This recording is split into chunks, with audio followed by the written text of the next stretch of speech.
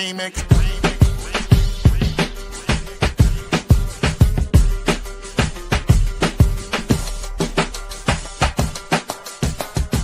Remix.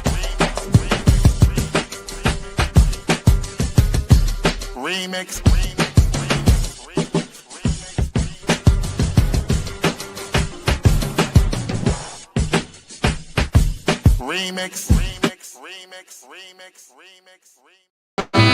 Oh, yeah. Welcome out. This is the Remix Morning Show.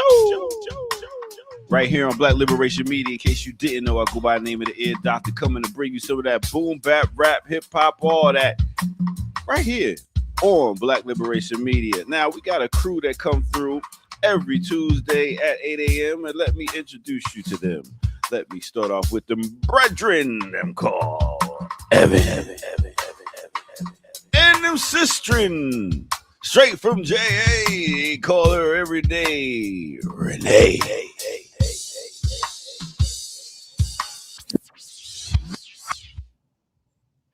What's goody? Got a little fancy there. Hey, you know, I know that was much slicker this morning than Right? I think I was mentally prepared for. No, you gotta surprise. You know, you can't let them think they gonna get what they gonna get. Cause you'll never know what you're gonna get right here on the Remix Morning Show. We got different hosts every day, different topics. I mean, where else you gonna find a news show and like this where you got the majority women are the hosts? I'll stop. The View. How dare he, Renee?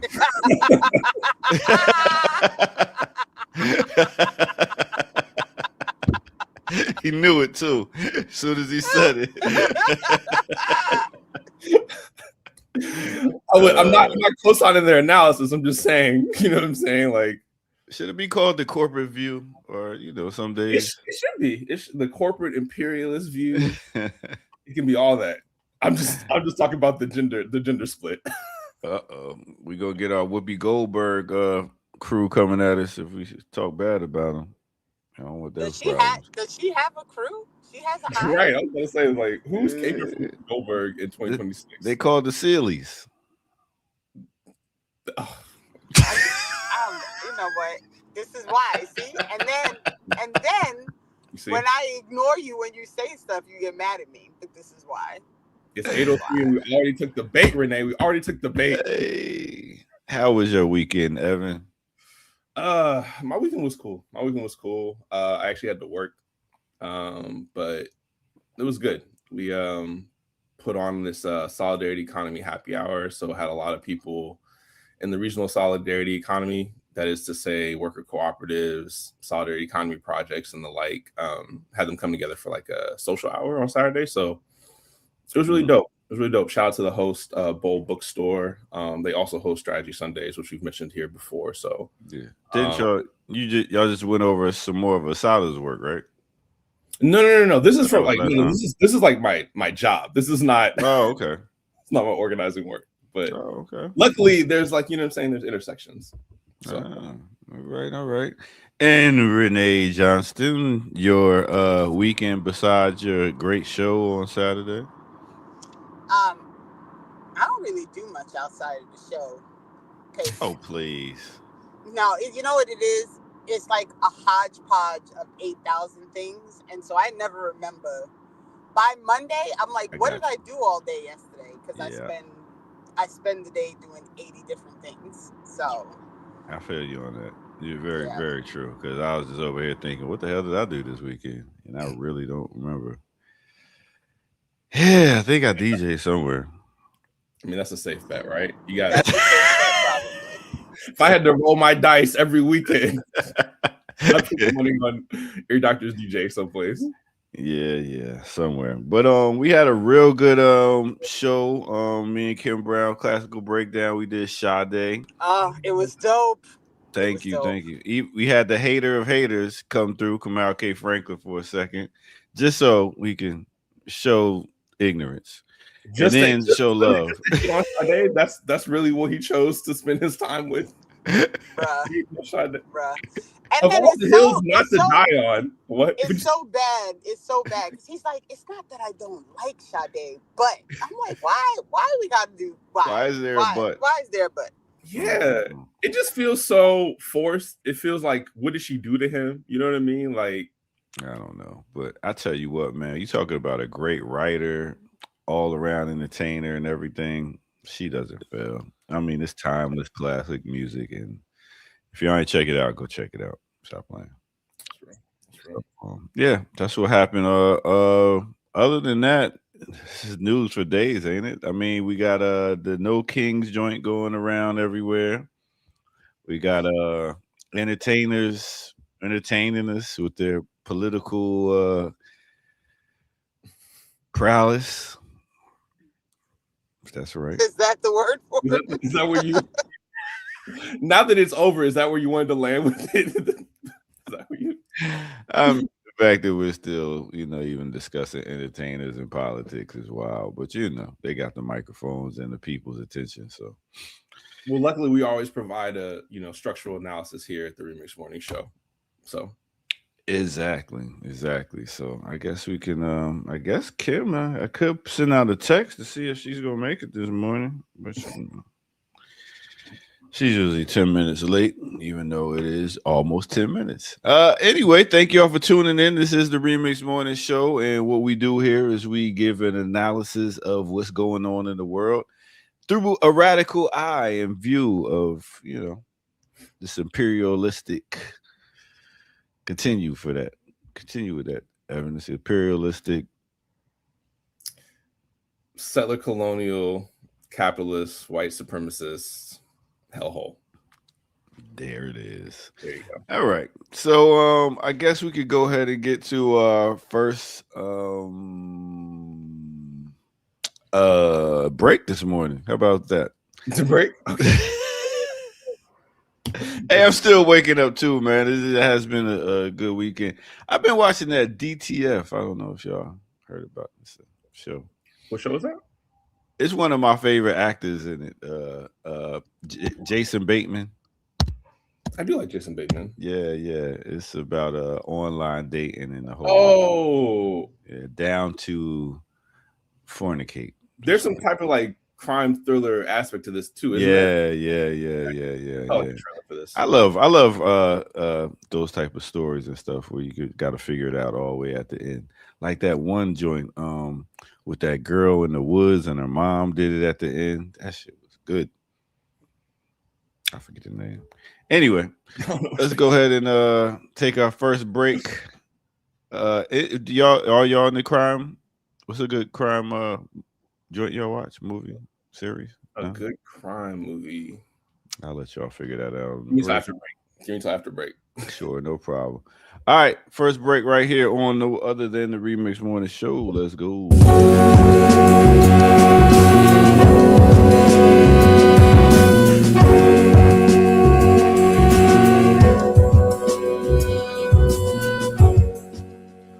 What's good, everybody? Welcome out to the Remix Morning Show. I go by the name of the Ear Doctor. Thank you all for tuning in, hitting that like button and subscribe button. If you're new to the channel, go to patreon.com, become a member over there, and get footage that's rare, and donate where at blkliberationmedia.org.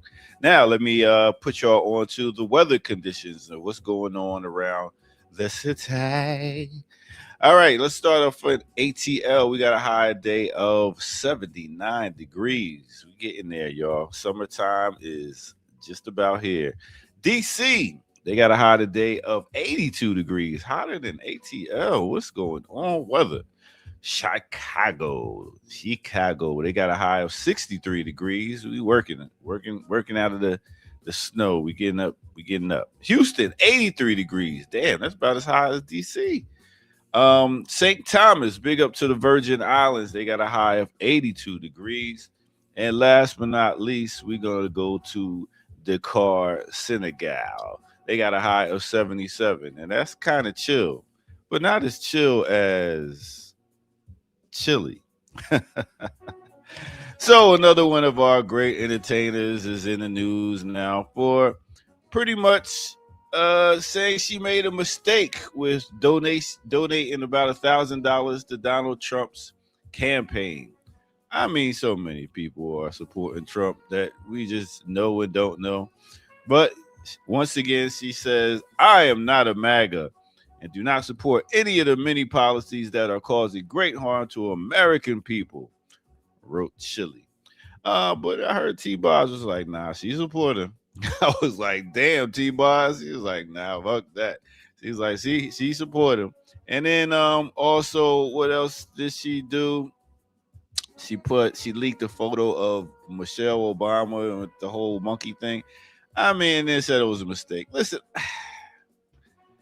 I don't even got the bandwidth to even talk about it. Anyway, Chile, y'all. All right, I'm done.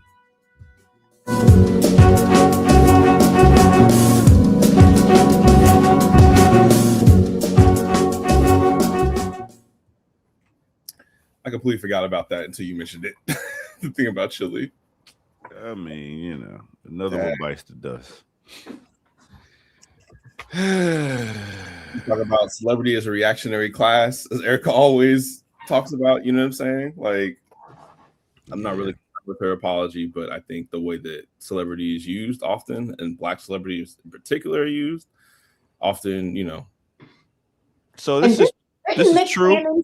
Didn't Nick Cannon say the same thing? Didn't I see a headline about Nick Cannon? You said something about the KKK. Well, not talking about not supporting, but basically being like, "Oh, I mess with Trump." Recently, a lot of people messed with Trump before he became president, didn't they? Everybody wanted to be, and they rhymes Black Trump.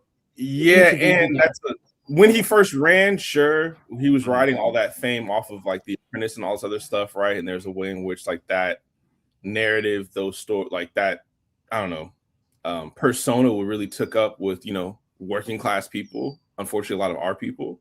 But I feel like supporting him now is fundamentally and vastly different than that. We have a lot more information. So I just don't know. I mean, Renee, were you saying that this happened recently with Pharrell, right? Or Nick Cannon? No, Nick Cannon. Nick Cannon. Yeah, and I support Bernie Duncan Brown. Hey, now that's who you're supposed to support. There you go. All right, so we talking about anyway, you doing good, Kim? Mm-hmm. What's wrong? Oh no, I just I'm always the type of person when somebody comes and starts talking to me, they don't say, "Hey, how you doing?" You know, I correct them. I'll be like, we're not just gonna jump into business. You're gonna greet me. So I want to give you a formal greeting before we jump into business. You good? Good morning. I'm good. Morning. Thank you. So we were just talking about. I'm so serious about that. People come up like, "Can you play this song?" I'm like, "Hey, how you doing?" I do the same thing. Yeah. I did this with Renee the other day. I was like, Renee, we get paid. I said, wait, how you doing? Are you okay? Everything good? Okay. Yeah, because I'm big on. Sometimes I'll send a text and then I'll send another text immediately after that says like, "My bad. I have a mother. How are you? Hi. Thank you. Please. Appreciate you." That's important. My other pet peeve is people who do not look ahead. behind them when they're walking into doors, like when they're walking through doors. Like, take a second and make sure you're not about to close the door in the face of the person behind you. It doesn't take long. And how many times, Negroes, have you had this happen? You being nice. You holding the door behind you for a white person walking in behind. They just walk in like you was the doorman. It's like you a doorman, bro. Absolutely not. No, that don't even be color right there. That just be some people. Like I need you to like touch it. You know what I mean? Like I need you to just like touch the door, like make contact as if it's like a handoff, as opposed to I'm just. Do you know what I mean? Like I need that. Like most Black people or people of color acknowledge. Oh, thank you. Yeah, for sure. Absolutely. Nah, but I will. I'm getting to an understanding. My ego is telling me it's not me. I understand why some women won't speak because they don't want to be bothered when you hold the door for them and they walk in and they be like, "Listen, I don't want to be bothered," because that's the invitation for a guy to start talking like, "Hey, what up?" Blah, blah, blah. And I'll just walk in. So I get it. At first, I was like, "God damn, sis, I'm holding the door for you. Can't at least say thank you." But it ain't about me. Anyway, we was talking about Chile and we was talking about Nick Cannon. And I found a very interesting. I hadn't read this article, so y'all forgive me if it's saying something like extra crazy. But let's see. We got to let these people go, man. Let them go. Oh, facts. We can trade them. So, what is all of this? Why do they do this? What's so annoying? How do you get rid of this? I can't get rid of this, right? All right. So, it's from the Griot. I wish I had known that before I tapped. Let's see. Can I get it? The Griot? Renee said no clicks. Wait, before we do that, can I just tell y'all how sad I was to find out that Bob Law passed away? He was a really, really big advocate. He was part of WBAI. He had a show on Saturdays called it was like Law on the Streets or something. But I've met him like 8,000 times. I have a picture of him with my son. He was the nicest man. He was really sincere about doing stuff in the community. And I'm like I like cried last night when I found out. And he had lived a long life. So it's not, okay, I can't get to this thing on Griot. But anyway, so after Nick Cannon's remarks in Chile's FEC donations, a growing number of Black celebrities are showing or maintaining ties to Trump. And this is why I asked Kim said we gotta let all these mofos go. We gotta let them all go. Even Waka Flocka, blah, blah, blah. Just enough. I'm sick of all of them. Let's see. For a decade, there have been Black celebs crosswalks, retired artists, eat niche. Let's see if there's anything. All right. During a chat with former outspoken liberal turned conservative Amber Rose, Nick Cannon espoused that people don't know that Democrats are the party of the KKK. Technically, Cannon is right, as the passage of the Civil Rights Act of 1866 and the decade of Reconstruction after the Civil War saw Republican leadership favor the rights of Black men and women. However, his comment failed to mention that the ideologies of both Republicans and Democrats in terms of social services and civil rights, which gradually began changing after FDR's New Deal, and then flipped again after the passage of the Civil Rights Act of 1964 and the Voting Rights Act of 1965. He's doing what he said he was going to do, Cannon said, which is just wild. I'm like, is he though? But okay, we can go with that. I'm not even looking at Nicki Minaj. She can go. She can go straight somewhere. Nick Cannon ain't wrong about the Democrats back in the day. No, but like some profound observation, right? If you even just have a cursory history of American electoral knowledge, that's not some bombshell revelation, especially at his big fucking age. Like I could see if it was a couple kids, you know what I'm saying?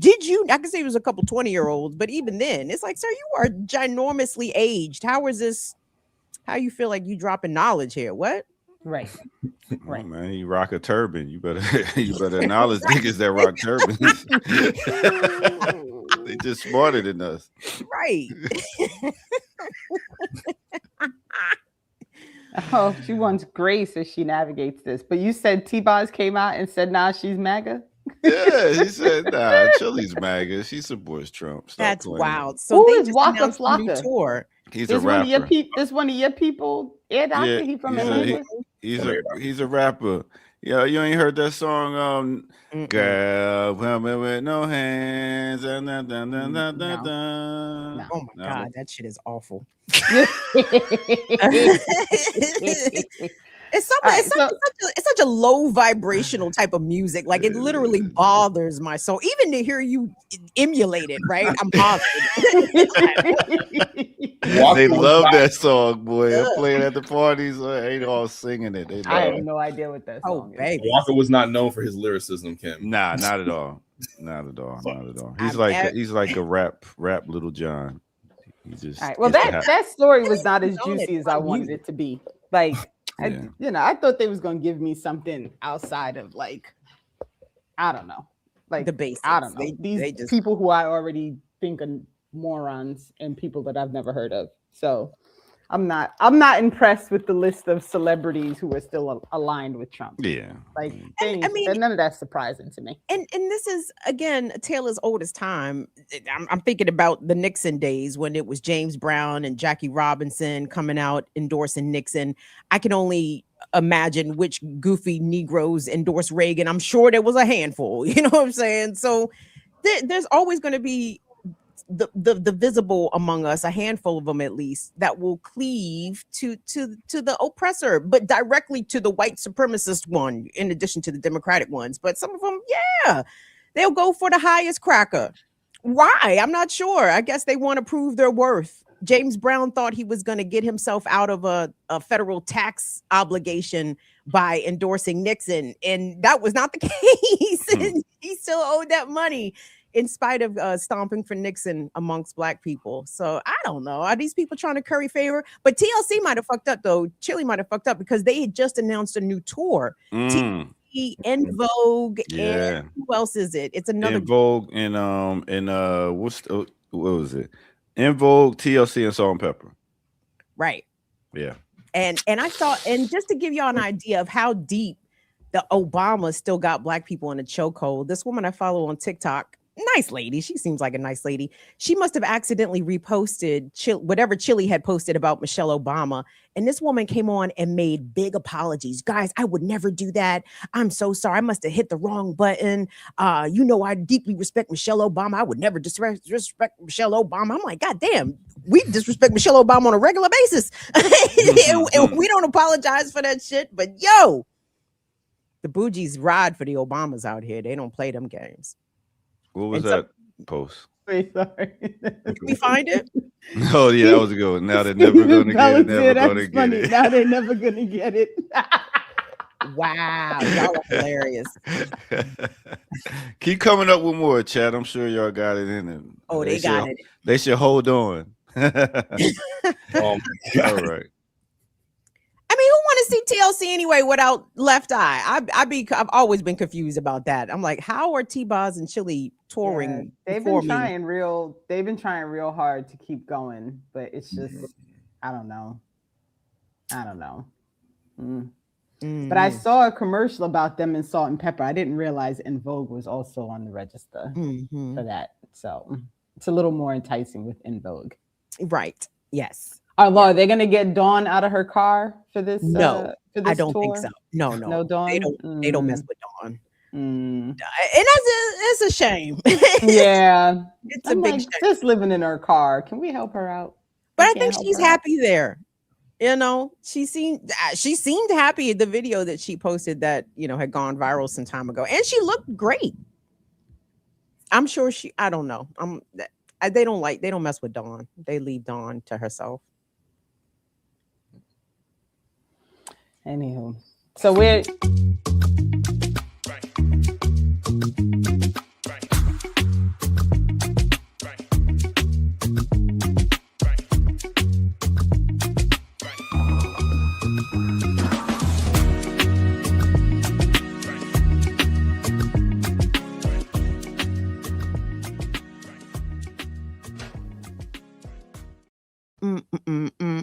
He didn't let you say slap the map.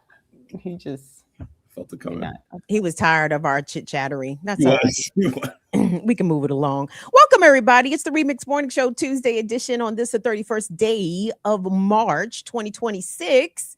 How's everybody feeling out there today? Yay! We've got Renee in the building. We've got Evan in the building. Kim here. Ear Doctor there. Remixers. Estamos aquí también. Thank you all so much for joining us. Please engage with the video, like, share, subscribe. Tell a friend to tell a friend, as Ear Doctor would say. And if you want to support us, you can always do so. Super Chats is open and working. Ding, ding, ding. Or you could go to patreon.com/Black Liberation Media or head on over to blkliberationmedia.org. By the way, guys, don't forget tomorrow is a full moon on the 1st of April. So if you're feeling a little funny, you have a inclination to cuss people today. Now you know why. There's a full moon on the horizon. Maybe like a Creedence Clearwater Revival song, Bad Moon Rising. I see A bad moon arising. Exceptional White. Shout out to John Fogerty. I see trouble on the way. All right, I'm done. How y'all feeling? What's up? It's really just the recall you have with these songs is always so impressive to me, Kim. But oh wow, thanks, Evan. I listen to a lot of radio, and I don't know anything else. So there you go.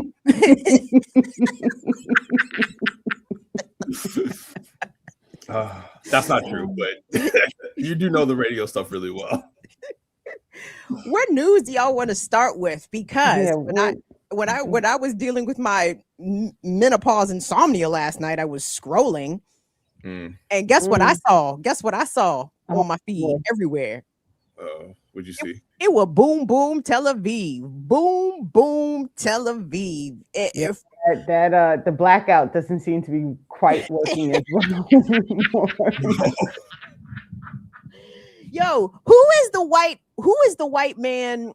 He's a progressive white man. I guess he's Scottish, and I see him on TikTok all the time, and he's got this show, and he's on our side, and he talks and he gets all fired up. Anyway, he was on Piers Morgan's show, and Piers Morgan had the nerve to tell this other white man that Iran is barely not even doing anything. I said, nigga, Piers Morgan, what video stream are you watching? Because I'm seeing Iran continually let the chopper sing over Israel, over Dubai, over Saudi Arabia.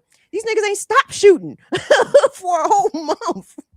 I'm sorry, it's not funny, but it's crazy to hear the dystopian report coming from Washington about we have decimated Iran's Navy, Air Force. They can't move. They ain't got no radar. They ain't got this. I said, well, they haven't stopped shooting. So what are you saying? The crazy part to me is starting with saying all of that, we've devastated their Navy, and then saying, which if I recall properly, is exactly what he said. I think this was Marco Rubio, maybe. No, it might have been the other one, Hegseth, who said, and we're almost where we've gotten rid of all of their like it was such a vague mention of how close they are to doing a thing.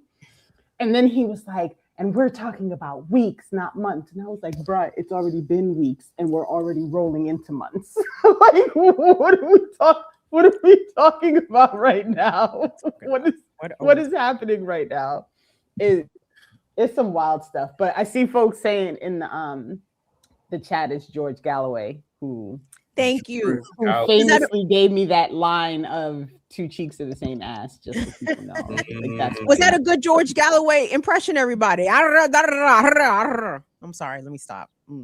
He seems to be talking some good stuff. Oh, it wasn't the worst impression, actually. Now that I know who you're talking, I know exactly who you're talking about. That wasn't a terrible impression. I'm not gonna lie. But also, well, first off, the Western media is fully engaged in this propaganda war, right? Which is what it is, right? Like they're not giving us news. They are engaged in a propaganda war, and they're doing their part, right? Like they're doing what we would expect them to be doing, trying to create their reality. It's just, I mean, it's as difficult to do that in this situation as it was with the genocide, right? Like they were trying to say that there wasn't a genocide happening. There are all these beheaded babies and all this other stuff. And then they were like, I'm looking at my phone and I know that you're lying, but all of these systems and structures of power really depend on you continuing that lie. So you're not going to do it. Also your paycheck. So you're not going to do that. But what I do think is interesting, right, is the way in which not just the resistance full stop, but Iran in particular is fully engaged in this propaganda war as well. Because have y'all seen these Lego videos? Amazingly involved in the propaganda war. It's like, yo, you see the different reference. You see us appear in their propaganda, right? Like I feel like there is some imagery allusions to Black folks in this country. Oh, absolutely. The last one with the where they were taping signs onto the bombs. I don't know if I saw that one. I didn't know how many. I didn't know how many there were. You know what I'm saying? So people said Lego Iran video, and I looked. I found one. I was like, "This is like, oh, that's not even on this song. Like, you got a whole other one over here. You got Listen, I'm all for it, and I'm trying to. I think they're just hysterical, and they're very well done. They're very well done. There's no, like this is actual true production that we have going here. That I'm for this. I'm for this using of the Lego people to present ideas and propaganda for anti-imperial propaganda. Like I'm here for it. Let's go. I'm here for it. Right. And like obviously this is this is done with more resources, right, than what the resistance in Gaza had access to, right? But they were also making their own propaganda videos, right, of them in flip-flops moving through buildings, making those tanks disappear. You know what I mean? And that also had, right, like, I mean, very intentionally had this propaganda value, right, that they were, sharing. But I just think it's interesting the way that, one, that process has, developed, but also the way in which that these parties actually have access to the broader population that they didn't have before, right? Like these tools didn't exist before for them to get their messaging out. So I think that piece I'm actually fascinated by. And these videos are compelling, right? Like people are seeing them and being like, yeah, like that seems reasonable, right? Because it's more in line with like my experience of reality than say the Piers Morgan news channel, right? So I have been fascinated by that. Also, in terms of I guess where the war is going, Washington is saying that is winding down as they send in more niggas to the Gulf. I'm just thinking, you guys, I don't want to speculate about military strategy because that's not my business. But in terms of what this global economic slowdown is going to mean for the global South and mean for us here. For example, I know in the Philippines, Thailand, Australia, and a couple other places, they've already started rationing gasoline or placing restrictions on gas. Was it Myanmar? I think they've limited people to 35 liters a week. And I asked Siri, what's that in gallons? That's like 9 gallons a week. And just think about that. If you had to be restricted to 9 gallons of gasoline per week as a car driver, vehicle driver, what would that mean for you? What would that look like for you? And I think a lot of the inflation horror stories that we have seen happen across the globe, we should anticipate all of that right here. We should be anticipating $6 a gallon gasoline and higher. And that is going to hurt a lot of our folks. Y'all's thoughts of what the economic impact is going to be. I mean, again, we're already suffering. Black people are experiencing very high levels of unemployment. A lot of that at the guillotine of the the federal government right now. But as prices and shit go up, and everybody Pepco bills going up, like what I portend negative things on the horizon in terms of the economy. Oh no, that's I think that's very accurate. I think it's going to get real bad. And I think all the analysis that I've been looking at would lead me to believe that, right? Asia is absolutely being hit very hard in terms of their access to oil and gas. I know that I think Japan released strategic reserves to try to, like, multiple countries are releasing doing record releases of strategic reserves to try to mitigate this. And it's not really, it's maybe doing a like helping on the margins, but not really kind of affecting the larger situation. So, to your point, right? Like, not only are we going to experience the global right? Like not just here in the US, right? Are going to experience higher prices at the gas station, right? But like to your point, right? Oil is involved in the movement of all types of resources, right? So food, medicine, all of those things, right? There's going to be inflationary pressure on all of that. And more than that, like there's no, aside from the US kind of trying to narrate the end of the war, that is the only indicator that we see, right, of anything kind of rationing down. If anything, things are continuing to escalate, right? Like, and neither party, right, has a reason to de-escalate, right? The U.S. and Israel, right, as a settler colonial imperial, in their settler colonial imperial war against Iran, right? Like their goal, right, is to destroy Iran, right? And they've been very clear about that, right? Whereas Iran is fighting for its survival. So like and it's been very clear. Jackie always talks about the fact that in multiple instances, war is not getting worse because of the restraint that generally the global South has exhibited, right? So, in all of these, attacks just on Iran, right? Like Iran has been very, very restrained in its responses historically, right? And we're at a point now where they're like, well, you know what? No, right? Like this is the last time you're going to kill people during negotiations. We're going to remove your ability to do this, right? And that seems to be their focus, and that and they seem to be very effective at it. So, yeah, I mean, I think you're right, Kim. I think we're gonna, our people are gonna experience a lot of economic precarity because of this, and I think it's incumbent upon channels like this, right, and our movements and our organizations to get out there to people and help them understand why, right? Because it's very easy for that stress to turn into this, jingoistic pro-American, right? We gotta, you know what I'm saying? We gotta support the troops or whatever nonsense they're gonna be engaging with, right? And I know that like within social media, right, Black communities are being targeted with like this pro-military kind of, like those Black women in military uniforms that were like dancing when the Ayatollah was murdered, right? Or it was, yeah, man, real weird shit to me, you know what I mean? If you ask me. Or this comment around like, oh, it's protect Black women except Black women that's in the military, and I'm like, yeah, kind of. Like you signed up. I don't know. Like, what do we like? Do you even understand what protect Black women even means or where it comes from? So, yeah, I think we're in quite a pickle, and we need to get out there and communicate that to people, right? And so, yes, to all the things, but the minute the gas prices went up, so I was living in New York when was that Irene? Whatever storm happened that knocked out everything in New York City. And then for like Storm Sandy. It was Sandy. And for like 2 weeks after, you couldn't get gas. And there was this whole thing about having to go like when your license plate, the last thing in your license plate matched up so that only half the people would go to the gas station at once.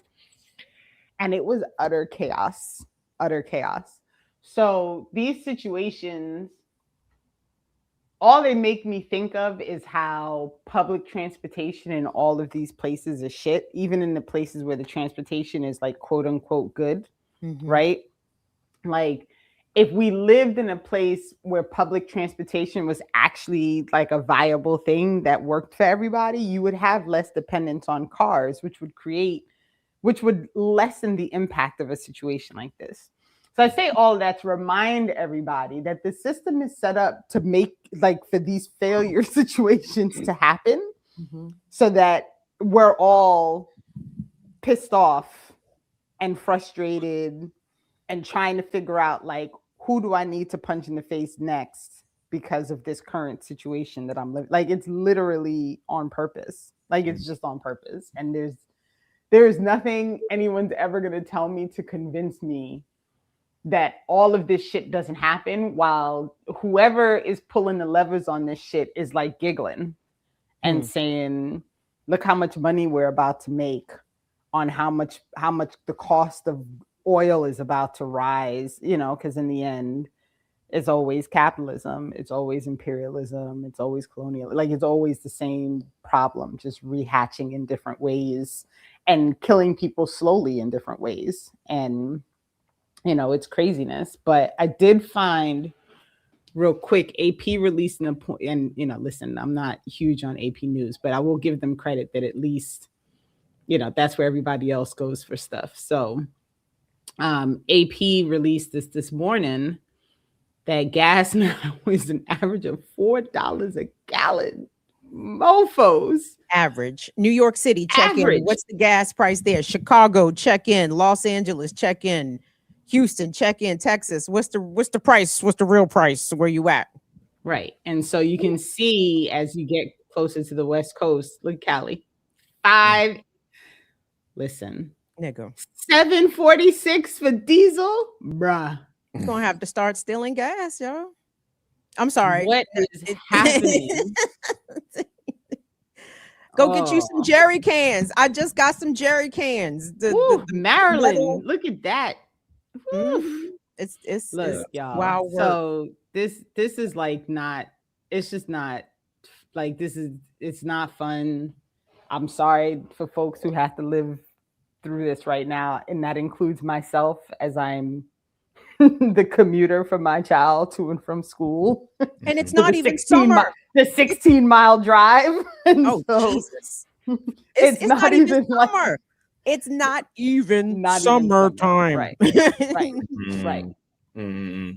So yeah, I mean, and you combine that with having ICE at the airports, you know what I mean, and people being more probably, you know, more willing to drive, right, to avoid a flight, you know what I mean? Like they're going to make them more susceptible to this.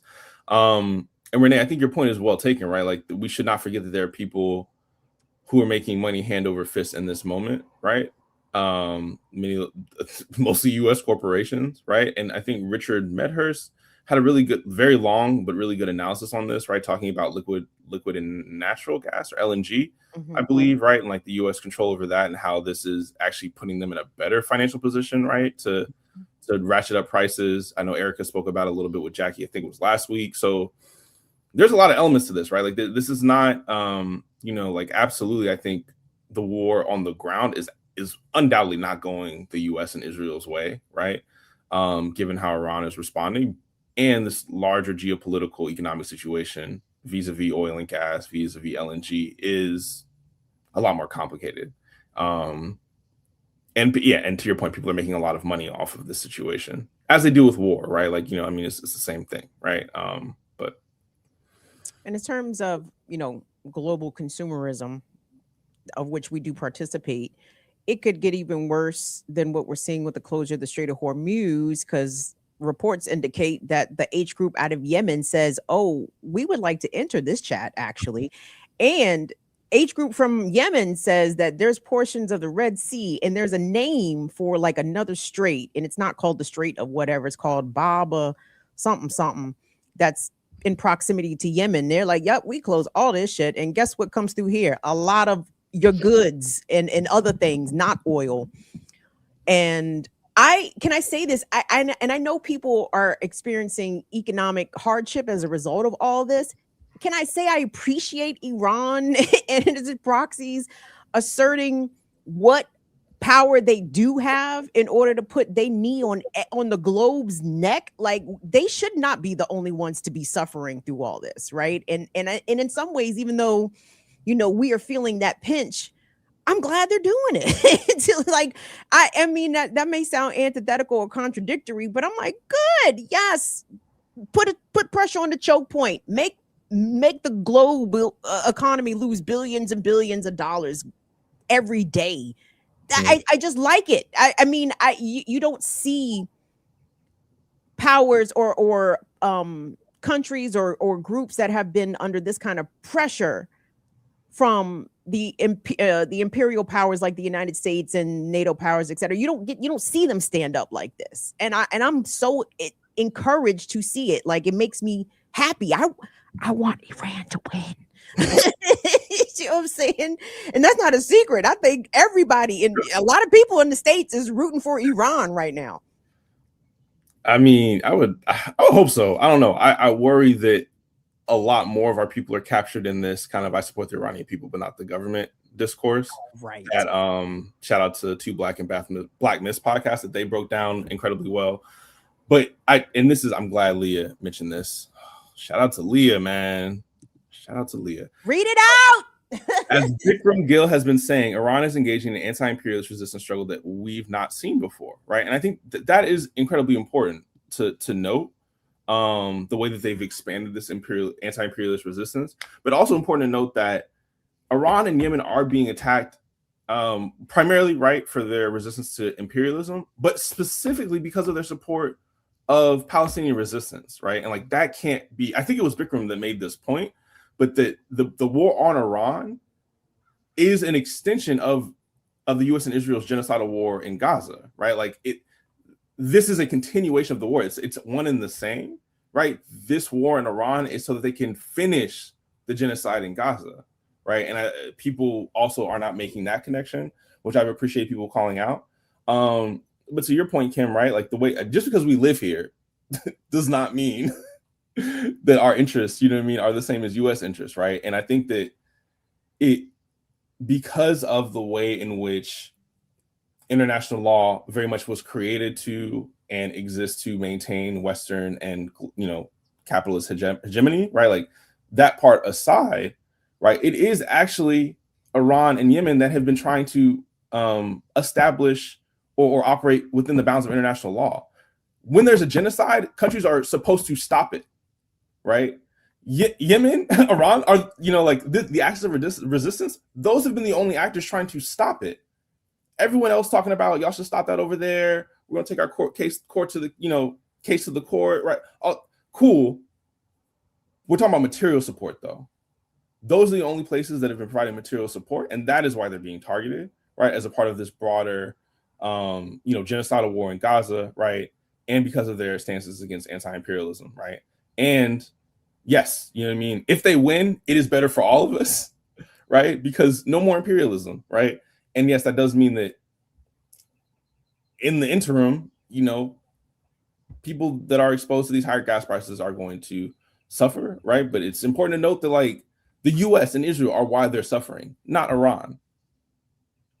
And that's the big part right there that I feel like I almost feel frustrated. And I feel frustrated with myself a lot because like I'm also still living life, right? Like I haven't paused life in any demonstration in support of anything that's happening outside this country, but I'm acutely aware of it at all times, right? In a way that's probably it could actually be slightly unhealthy because it distracts me from, and maybe it's not unhealthy. Maybe that's what maybe that's how you're supposed to feel. Maybe you're supposed to feel uniquely distracted at all times by what is happening, right? And so like I drive my son to school and sometimes I'm driving and I'm thinking like, all this motherfucker, like we just driving, going where, like doing whatever, like it's like whatevs, like there's not literally bombs dropping on people in their apartment buildings on the other side of the world. And it's, yes, we're within the colony, but it's utilizing the dollars that we're forced to put into our governmental structures, right? And so I struggle with this whole thing because of that. And I feel like literally like people in the US not suffering enough. And that's why it's so easy for people to just keep on going about their days and acting like, you know, everything, we just gonna keep going. Like, okay, gas prices are up, but we'll just, you know, pinch our pennies and make sure that we can fill our gas tanks.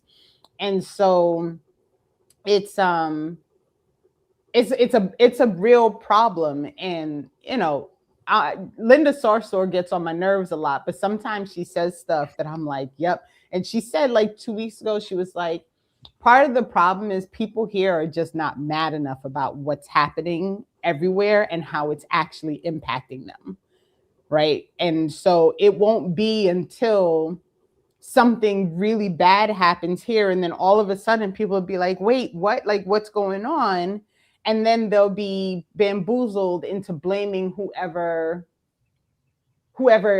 did whatever thing happens, right? Like it'll just like for 9/11, like all of a sudden we just forgot all the bombs that we dropped all over the world that would cause people to be like, we're going to do this thing in response, right? Like I have no interest in being the person who cries and points fingers because I got punched back. Right? Like that's not like, I have no interest in being that person. I have no interest in participating in that. I got in an argument with somebody about the West Bank and what happened with Palestinians, and they said to me like, well, what if, I was like, so the person was like, well, what if some Native American just came up to your door and was like, this used to be my land and I want my land back? I was like, bitch, I'd be packing. That's what would happen. I'd be packing. Right. Because I don't desire to be somebody who is content in my life despite my very clear knowledge of the misery of other people. Don't move for one of them white natives, though. Don't move for one of them Mark Wayne Mullins. Don't. Oh, no. If one of them white natives come knocking at your door talking about this my land, be like, back colonizer. No. But like, that is my fault. Ain't this the whole thing with like the whole Wakanda thing? Like when slavery happened, ain't nobody come help us. Nigga, so it's like they know what was going on. We have Twitter, we have email. No, what I'm saying is other stuff happens over here, and they don't be rushing to come be like, oh, let's help them. That's actually false. It depends. But I'm about to get trapped by Air Doctor. No, don't do it. Don't do it. You were on a good train, Renee. Don't let him distract you. I know one example. Do you guys remember, was this 2006? Chat, help me out. When gas prices spiked, home heating costs spiked, Hugo Chavez sent oil or sent money through Citgo for U.S. citizens. I remember Bush was pissed. He was pissed because you never hear about a sovereign country sending aid to Americans. Hugo Chavez did that. Yeah. Y'all don't remember that? Oh yeah. No. Oh, no, I remember it. I was trying to stay on mute so I didn't get caught. Okay, no, go ahead. Fall into Ear Doctor's trap. He said it. He just laid it right there for you, Renee. No, Ken, that was great. That's just the mind state of a lot of people. Like, yo, they don't come to our rescue. Why are we all stressing about what's going on over there? So a lot of people are content with living their life because they got a lot of shit they dealing with. Unfortunately, our people don't realize. Yes, you're wrong. Am I wrong? Yes, you're wrong. You are 100% incorrect on this. I'm wrong. I'm wrong about the people's perception. You're not wrong about their perception. I think that's what I just asked. And y'all saying I'm wrong. They are wrong, but they are wrong. Okay, there you go. Thank you, Kim, because y'all acting and like Evan and Renee about to break it down way better than I could. But at the end of the day, we benefit from even the downtrodden, even the oppressed here, we benefit from the bullshit that America does overseas. We do. Like our lifestyle is enhanced by the dumb shit that this country does abroad, right? So we can't act like we don't in some way benefit from the exploitation of everybody else in the global south. We absolutely do. For sure. Definitely like our phones. So several things. One, that comparison is fallacious, Ear Doctor, because if only the large time and historical jump we have from one to the other, like if only that, right? Let alone this narrative around our people didn't try to come and save us and all sort of stuff, like, and all the historical inaccuracies with that. Like I'm going to leave that alone for just a moment, right? Coming down to the present day, let's just be clear, right? We have a way because of communication networks and all these other things, we know things that are happening around the world in a way that people did not know back then. So let's just, separate in that way first and foremost. But to Renee's point, right? Fundamentally, most USians or people who live here, right, or Americans, whatever they want to call themselves, right, do not disagree, right, with what's happening in Israel, right, or the genocide, I should say, right, in Gaza, because fundamentally, the U.S. and Israel are on the same path. Israel is further behind, though, right? So you have to talk about, shout out to deculturation, I see him in the chat, shout out to Carlos, you have to talk about, and they have to focus on apartheid, which is only a symptom, a tool of settler colonialism, as opposed to talking about settler colonialism. If you focus on settler colonialism, you have to focus on land back, and you have to make an analysis here about the U.S. around who this land also belongs to. And they don't want to do that, right? Because fundamentally they think that this thing is special and unique and good for humanity, et cetera, despite all the genocide and enslavement, right, that went into creating it, right? So too over there, it's just happening too soon right now. We got to get a little ways away from it. We got to get Palestinians some civil rights and get them a vote. So then now Israel can exist as a democratic, fair, state, right? Like that is the kind of logic that they're trying to employ. You know what I mean? And we need to like disrupt that and get to the kind of the core issue, right, of Southern colonialism, of imperialism, right? Because it's not about apartheid, right? That's a symptom. That's a symptom of a much larger structure. And again, while we're here, right? Shout out to deculturation again. We're frustrated with ourselves because we don't have a vanguard party to effectively channel our energy. Everything else feels futile or insufficient, right? Like at the end of the day, we have our organizations, right? But none of our organizations are vanguard parties, right? We're trying to do our work locally, nationally, internationally, make those connections. But at the end of the day, like that is eventually what we will need to be able to actually act upon, our ideas and our view of the world. So that's my thought. Renee, what do you think? Do you have any other? No, I feel like, and fair enough, Doctor, that you were saying this is how you get me, because sometimes you sound like you're trying to co-sign on something, and this is why I never. You get mad that you don't listen. I'm learning to keep myself on mute because I think you do it on purpose. Y'all don't even let me finish the sentence.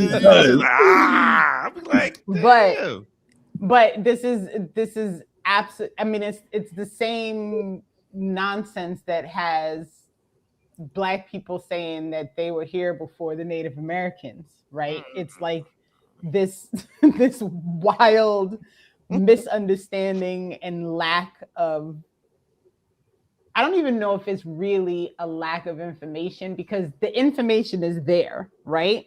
The stuff that these people are saying are so easily countered by like a simple Google search will undo anything if you think these ways, right? But people are not, people are okay being quote unquote Americans, waving their flags, this whole like exceptionalism and individualism and failure to understand how the person who you may think in this moment, like, well, I'm okay, I've got gas, I've got a house.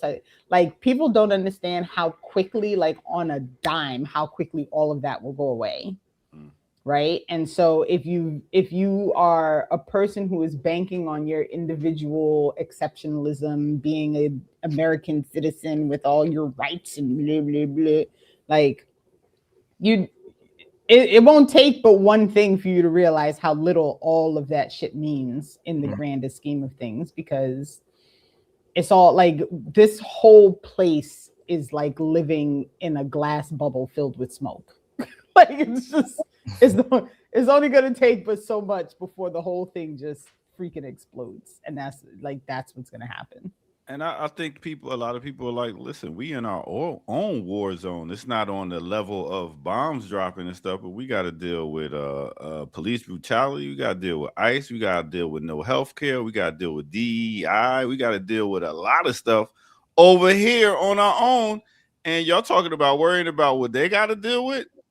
So it's like we are in a war our damn selves over here. So a lot of people and that is correct. And the fundamental misunderstanding that people have is all of those things exist here because we're doing all that shit in other parts of the world, right? Yes. Like all of this, our entire law enforcement system is simply an internal extension of what the US does in other places, right? And so this is the problem. The enemy, and Sudeep says it exactly. It's not a they. We're in the same struggle. We have the same enemies. The enemy is the same, right? And too often people don't name it.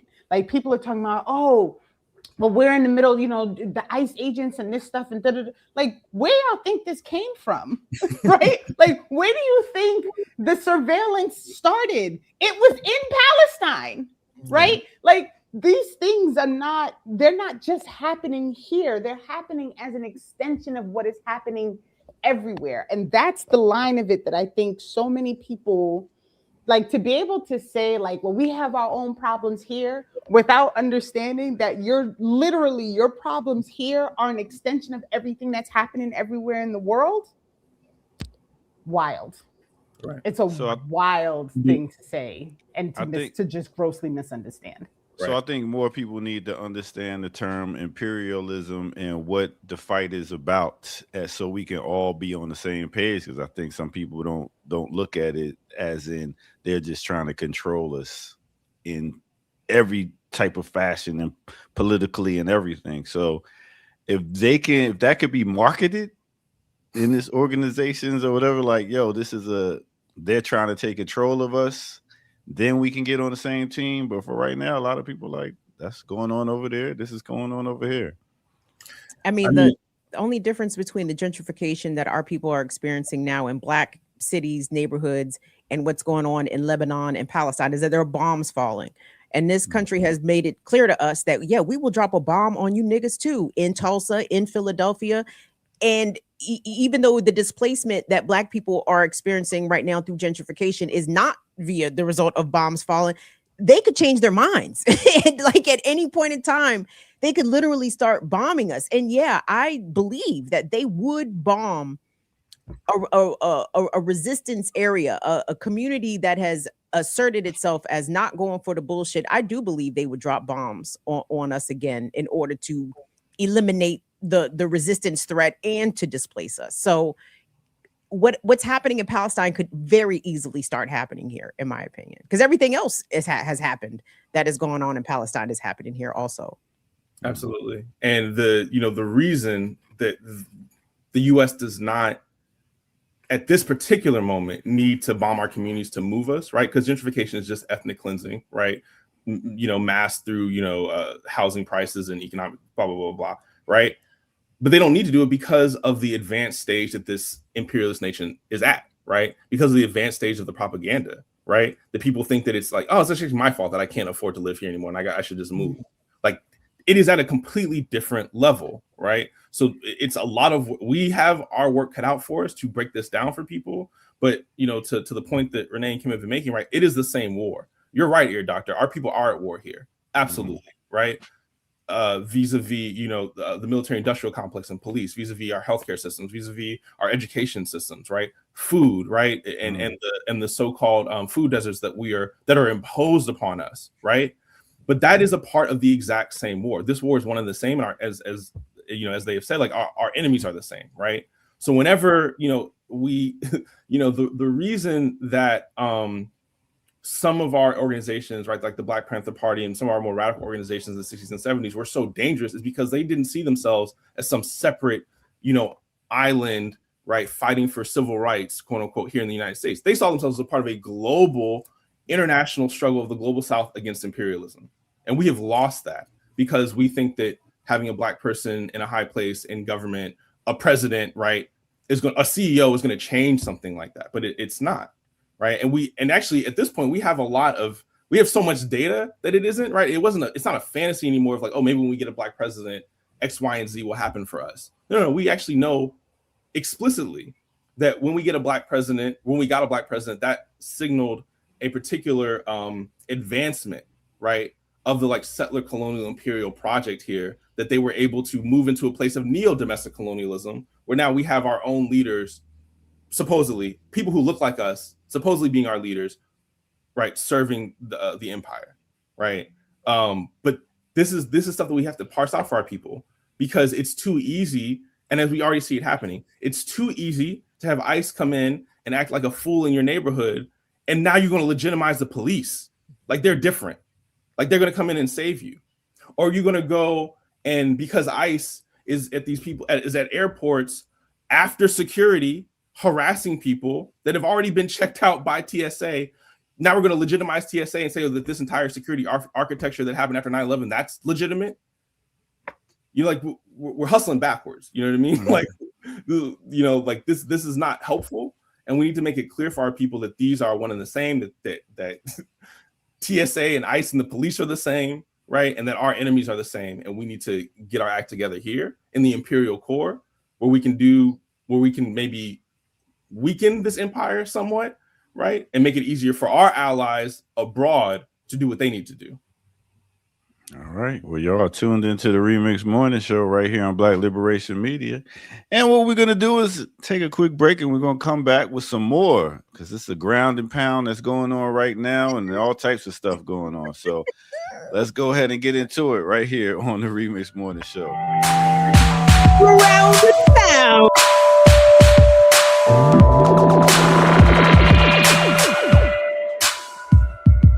Time for a remix on the remix. She.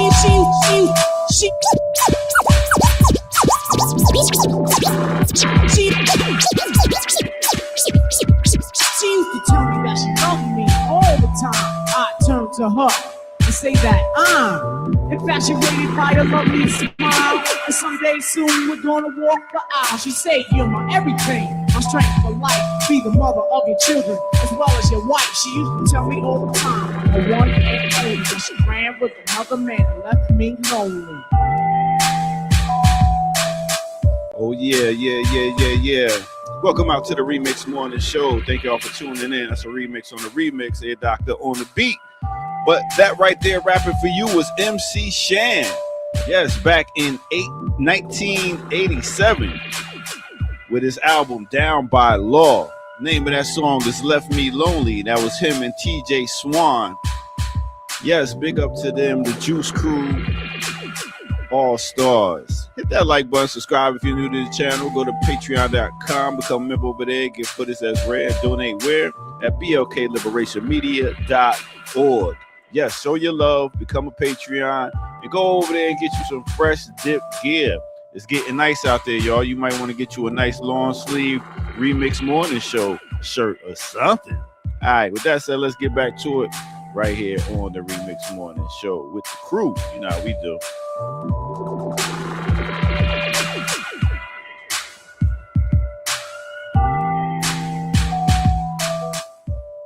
Yeah. And make sure y'all tune in this Thursday as me and Kim Brown will be doing classical breakdown. A lot of downs there. Classical breakdown on no other than Luther Vandross. Do do do do do do do do do do do do. I was so glad that I got to catch it live last week, because sometimes on Thursdays it just be hectic and I don't get to it, but I had it playing in the background and I was dancing in my chair. I was like, Sade. What's one of your favorite Sade songs, Renee? Just one. Top three. Top three. Tattoo is definitely, I wear it like a tattoo. What's the Cherish? Is it Cherish or Tattoo? What's the name of it? Cherish Today is definitely up there. I don't even. I'd have to look at. I'd have to look at them. But Sade is one of those artists that I have all of her albums on my phone. And Evan, if you don't know about Sade like that, go watch the show. Don't do me like that, Air Doctor. I don't know. I mean, your Sade might be Janae. Oh wow, ooh. Janae Aiko. Yeah, you at least say her name right. You can't even. I mean, I don't know. You know what I'm saying? No, I'm a millennial, so I'm very hip. But I also grew up on 97.1 soft rock. Whoa. So a lot of songs in my memory bank that who did that to you? Why would you listen my mama from the South, Kim. So I got like a lot. I got Reba McEntire songs. I got all types of stuff. I mean, but that's Wash FM. It's easy listening on Wash FM. 100%.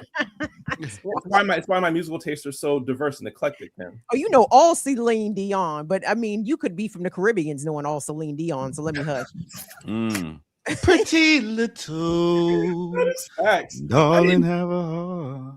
I didn't know Celine Dion was so popular in the Caribbean population, so more older. You know, I didn't know. And can you shed some light on that? What is it with the Caribbean mamas and grandmamas and auntie that they will ride for Celine Dion?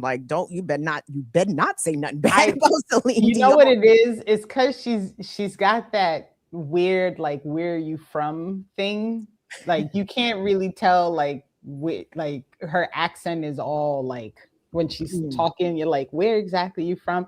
And all Caribbean islands have a sincere, crazy ass connection to anything that they see as European because they're all colonized. And so Celine Dion, I think, creates this interest in like where she from. Like people don't know, and I mean, for all that it's worth, she really, like, her voice is probably relatively unmatched, right? Like there's not a whole lot of people that you can put in that same space. And so that would all those things I think are all feeders feeders to the problem.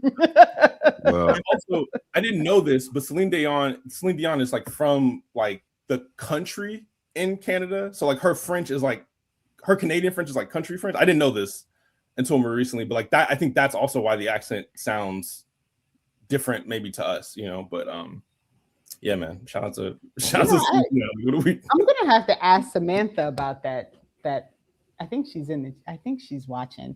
Sam, I need to understand if this is really different, like if there's really a different like version of French that happens in like this country. I've never heard that actually. Country French. For sure. Oh, French Canadian French, Quebec French.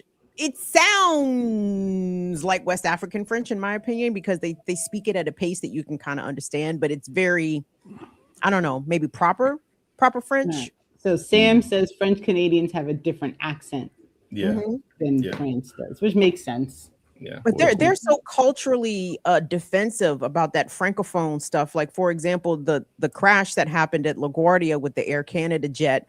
The CEO of Air Canada addressed the country because obviously pilots died, and the flight originated from Montreal. So anyway, he just got fired because he didn't address the country in French, right? Like he got summoned for that. Like, no, if you can't, you like, they take that bilingual shit very seriously. Oh, there's a whole thing about them literally demand of French in Montreal. There's actually like language police, like there's a whole thing, which is crazy.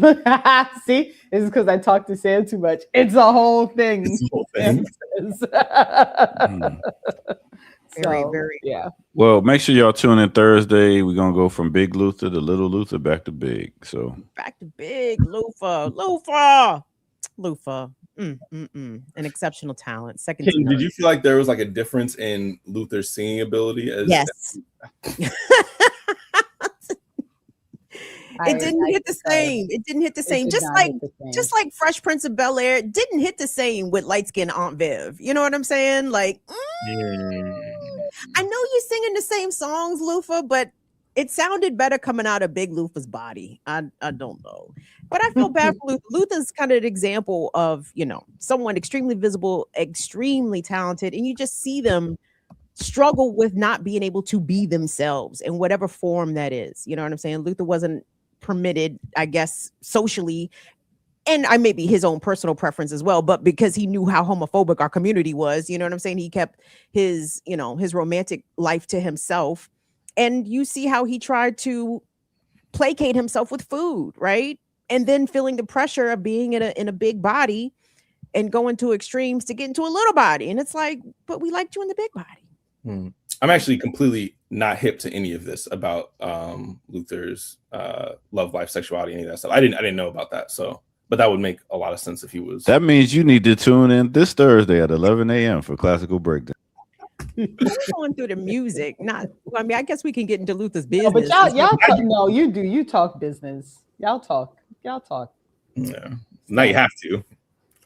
Well, it's not bad. I don't think it's bad though. I think it's all part of talking about the person. Like all of these things, and this is why I can't separate art from the person, because all of these things are, they're all part of what builds out what they're doing. And so you can't separate Jay-Z's love of imperialism and money and thinking like being a billionaire doesn't matter, and being, because were you a good person at 99, whatever nonsense he said during that interview. you can't separate that, right? Like, I can't look at Jay-Z without thinking of all the Black people who got booted out of their houses when they decided that they were going to build Barclays, right? So I can't do it. I can't even listen to him now without cringing anymore. So I love the fact that he is getting raked across the internet, RAKED, raked across the internet. And you know, people are very appropriately saying, like, Jay-Z's trying to gaslight all of us that grew up with his music, right? It's like, so we were there. We remember all the rocks you were selling for 3 albums straight, right? Like, what? And I remember there was a point Jay-Z accused the Black community, not in this recent interview, but accused us of not supporting, you know, we don't support ourselves. We don't support, like, nigga, who do you think was buying all that Rockaware shit? Who was buying all that House of Durion shit? Y'all know y'all got some House of Durion that you picked up at TJ Maxx back in the day. But it's just weird. It's like, you have been supported by no one other than Black people, and still it's not enough. Why? Because he's a cannibalistic capitalist, right? It's an insatiable need. Like, no matter how much millions of dollars he's extracted from our community, some of it we handed over very willingly to go to his concerts and buy his music and buy his merch and swag and stuff. But you got your billion off of us. Period. You and Beyonce. Right. Yeah. Anyway, should we go to some more news? Do you have something you want to? Anybody have anything? Erica has laced us as usual, so there's a ton of stuff on the run sheet. I know y'all did talk about the No Kings protest. I know we have one of those. I'm down for whatever. I have not. We can talk about No Kings for a little bit. I'll try to not hate. Try to be. I try to be supportive. Well, it must have been Negroes out there, because beatings ensued in certain places, Los Angeles and Memphis. I said, niggas must have showed up. The police came and gassed people, but they must have had a good turnout. But yeah, what was it? 9 million people across the country? Yeah, I think they said it's the second largest turnout since 2020, right? Is that what I've been hearing? Sure. It says 8 million worldwide. Okay. Well, big up. Shout out to the people in the UK who turned up for the No Tyranny protests against far right-wing extremism in the UK. I'm sorry, Ken. That just reminded me how, like, the No Kings thing was a problem for people that actually had monarchies, and they were like, we don't want to. We can't say no kings in the UK. Isn't that treason? Was somebody get in trouble? Anyway, but yeah, so no kings, Renee. No king / tyranny. Okay. Dozens of No King protesters arrested in Los Angeles after a clash with police. Officers fired pepper balls and tear gas into a group of about 150 on Saturday night, arresting those who did not disperse. Classic pig behavior. Regular cops, by the way, not ICE. Regular cops. LAPD. That's LAPD. I feel like I need to call it out now. Police arrested dozens of protesters and shot tear gas into a crowd on Saturday night at a No Kings protest in Los Angeles. The conflict is the latest of many that have taken place outside the Metropolitan Detention Center, which has become a focal point of protest since the Trump administration launched an immigration offense in Los Angeles last year. More than 40 No Kings protests took place across Southern California on Saturday, part of nationwide repudiation of Donald Trump's chaotic second administration, the mass deportation campaign, the rising cost of living, and the Iran war. Protests began earlier in the day with a march through downtown Los Angeles, where protesters brandished signs criticizing the U.S. president and his hardline immigration crackdown. Tens of thousands of people took part in the demonstrations, according to the ABC 7 Eyewitness News. Quote, peaceful protest is our constitutional right, end quote. Karen Bass, the LA mayor, wrote on Facebook. Quote, when people... Wait, skirt? What? Karen Bass, that was your cops out there whipping ass. Was it? No, she wouldn't. As a black, no, she wouldn't do that. Don't be that way, Kim. She wouldn't do that. Who is this tweet for? Wait, say the tweet again, Evan. She said what? I'm gonna say the whole quote. Peaceful protest is our constitutional right. When people come together to make their voices heard, that is democracy in action. Please stay safe and look out for one another. Oh shit! Stay safe for my cops. My on duty. Please stay safe. My police officers are out there on the streets. Please stay safe. You know how they get. Don't get out there. Please stay safe. You know if they beat one of y'all up, I'm not going to do nothing about it. Please stay safe. Oh, man. I'm sorry. I didn't mean to interrupt. Continue. Oh, no. The rally had largely concluded. The rally had largely concluded by the time the conflict at the detention center took place. Surprise, surprise. It was winding down. The cops decided to escalate. Los Angeles Police Department issued a, quote, tactical alert, end quote, and ordered a group of protesters who remained to disperse. LAPD issued a statement saying the demonstrators were, quote, throwing large concrete blocks and bottles and other objects, end quote. Police surrounded a group of 150 protesters and arrested those who declined to disperse. Police fired pepper rounds and beanbags into the crowd, according to KTLA. Police shot a protester in the eye with a pepper round, according to the Los Angeles Times. Oh my God. What? First off, where's the did they lose? Where's the continuation of this? Right? Did they lose their eye? Protesters and counter-protesters clashed at Trump National Golf Club in nearby Rancho Palos Verdes, where a supporter and an opponent of Trump yelled into each other's faces during daring one another to fight.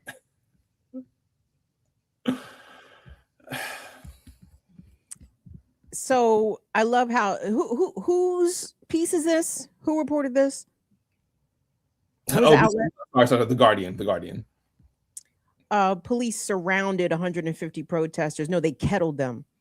Okay, at 6 o'clock, I was looking at the kids that was out there on TikTok. Obviously, they said at 6, not 6:05, not 6:15. At 6 o'clock, LAPD moved in immediately on some violent bullshit and started kettling people, throwing people to the ground, brutalizing them. Obviously, it hurts me to hear again that another person has been disabled and maimed at the hands of police. LAPD has had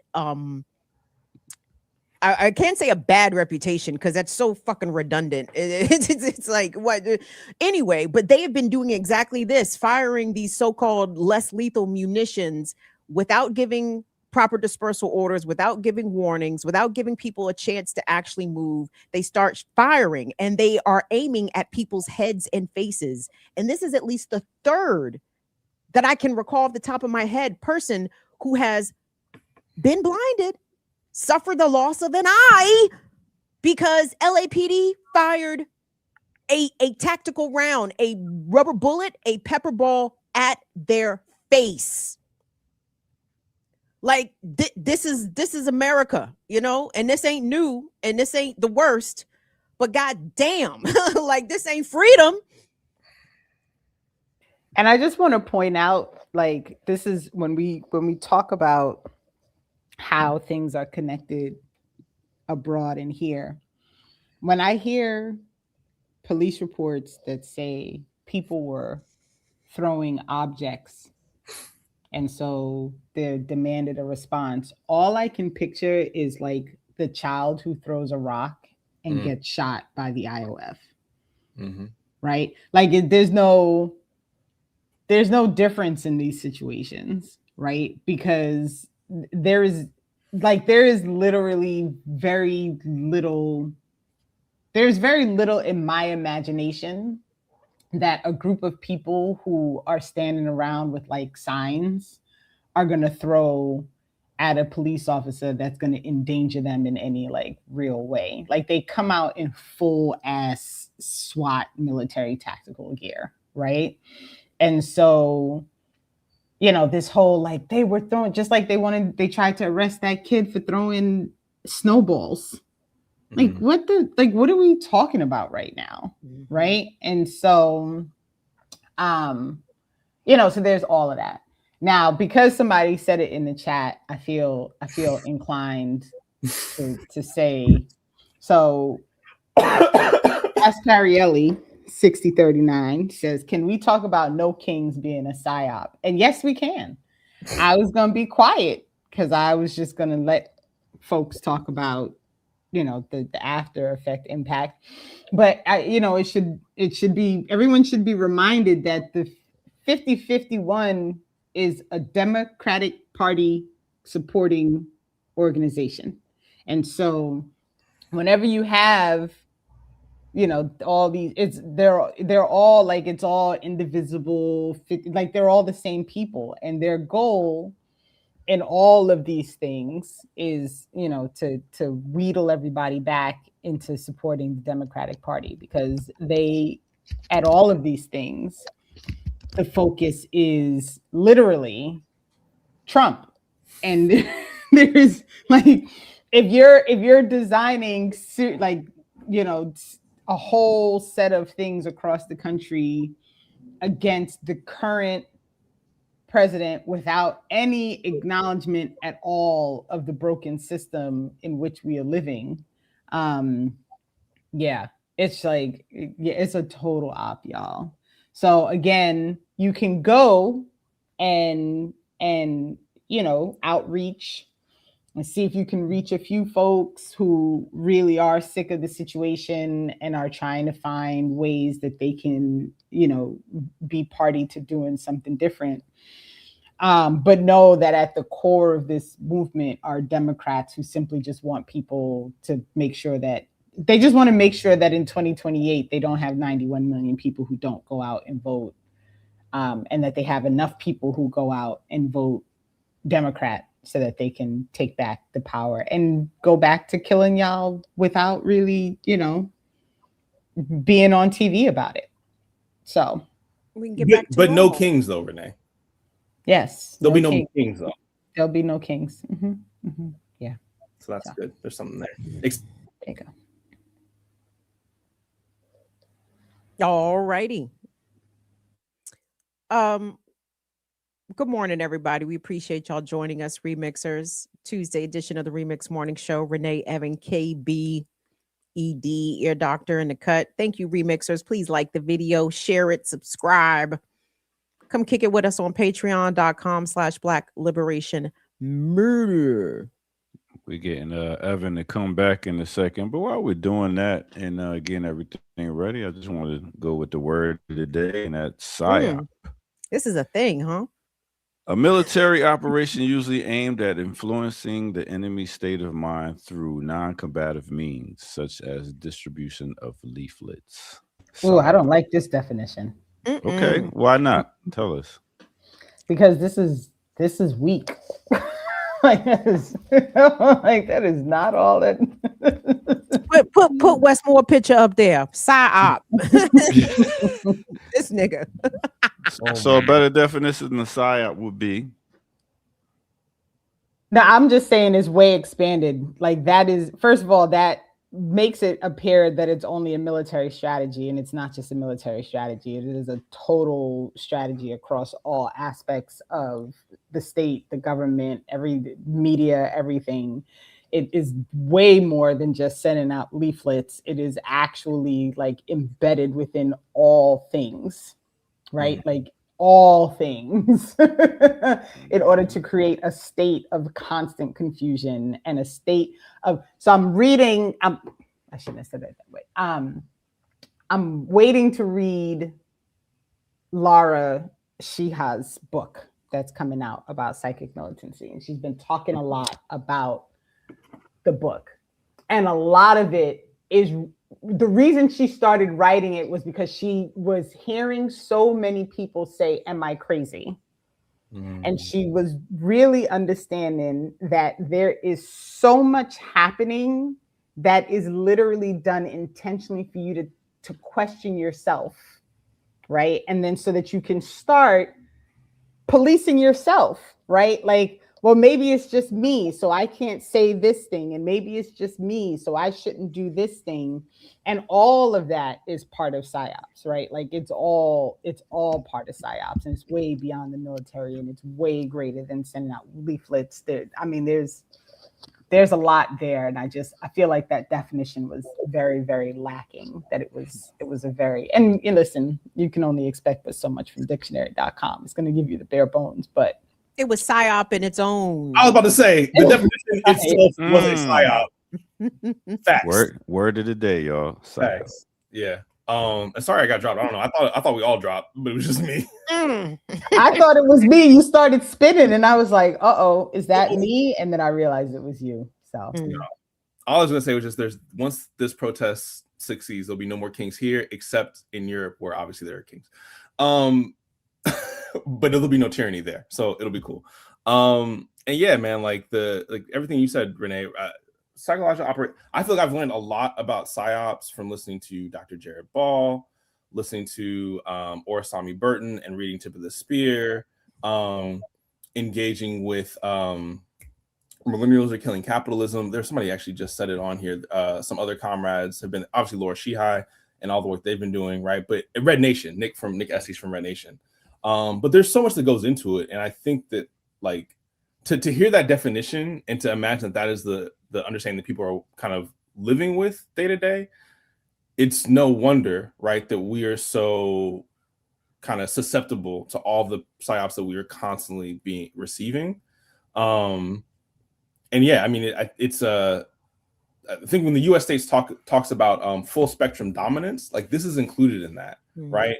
When Jared talks about like the early creation of public relations and advertising and wanting to like conquer people's emotions. I can't remember the exact quote, but it's like conquer people's emotions or conquer people's convictions, right? Like that is the level at which psyops are operating, right? And it is, again, suffused in like every single part of your life, right? Including the entertainment that you wish was just entertainment. Yeah, and I think there's also the ways in which, at least for me, what has been fascinating is to hear the ways in which the modern advertising and public relations infrastructure was like very much developed hand in hand and influenced by propaganda and psychological operations that happened abroad, right? That the U.S. empire was engaged in abroad, right? Those same individuals that ran those operations would then come back here and then do advertising, right? And get like women to start smoking cigarettes or, you know, whatever. I think it was Edward Bernays, right? Like, but yeah, like, I mean, these systems are deeply intertwined and like feed off one another, and you would not know watching just like a regular Hollywood movie, or maybe you would know, but most people would not know watching a regular Hollywood movie that is a product of all of this psychological operation and propaganda, and the CIA and the Pentagon looked at the script and all this other stuff. Like people just have no idea about that, which is why, you know, I think the work that so much of our, like actually our comrades on Millennials Are Killing Capitalism, Samantha Youssef, right, all of the breakdown of like the Imperial 80s, I think that stuff is actually really important. And I've been really like fascinated because being someone who was born in the late 80s, right? Like I grew up with these movies and very much remember them and had no idea how, you know, how propagandistic all these movies were, right? Until kind of seeing them later. And that's the point though, right? Like the point is literally to have you like watching these things, and then people say shit like, oh, they're just movies. Why are you getting all upset? And I'm like, exactly for the reason you just said, because you think it's just a movie and you don't understand the game that is being played and that they're winning every single time. Shout out to Kai. Oh, my fault. Go ahead. No, go ahead. You read it. Go ahead. I was going to say, shout out to Comrade Kai, shout out to Ori, obviously, another comrade. In Tip of the Spear, Ori cites PSYOP as, quote, the planned use of propaganda and other measures to influence the opinions, emotions, attitudes, and behavior of hostile, neutral, or friendly groups in such a way as to support the achievement of national objectives. There's so much in that quote by itself. Thank you, Kai. That is just far and away better than the definition that we read. But I think the piece that I really want to highlight is the hostile behavior of hostile, neutral, or friendly groups.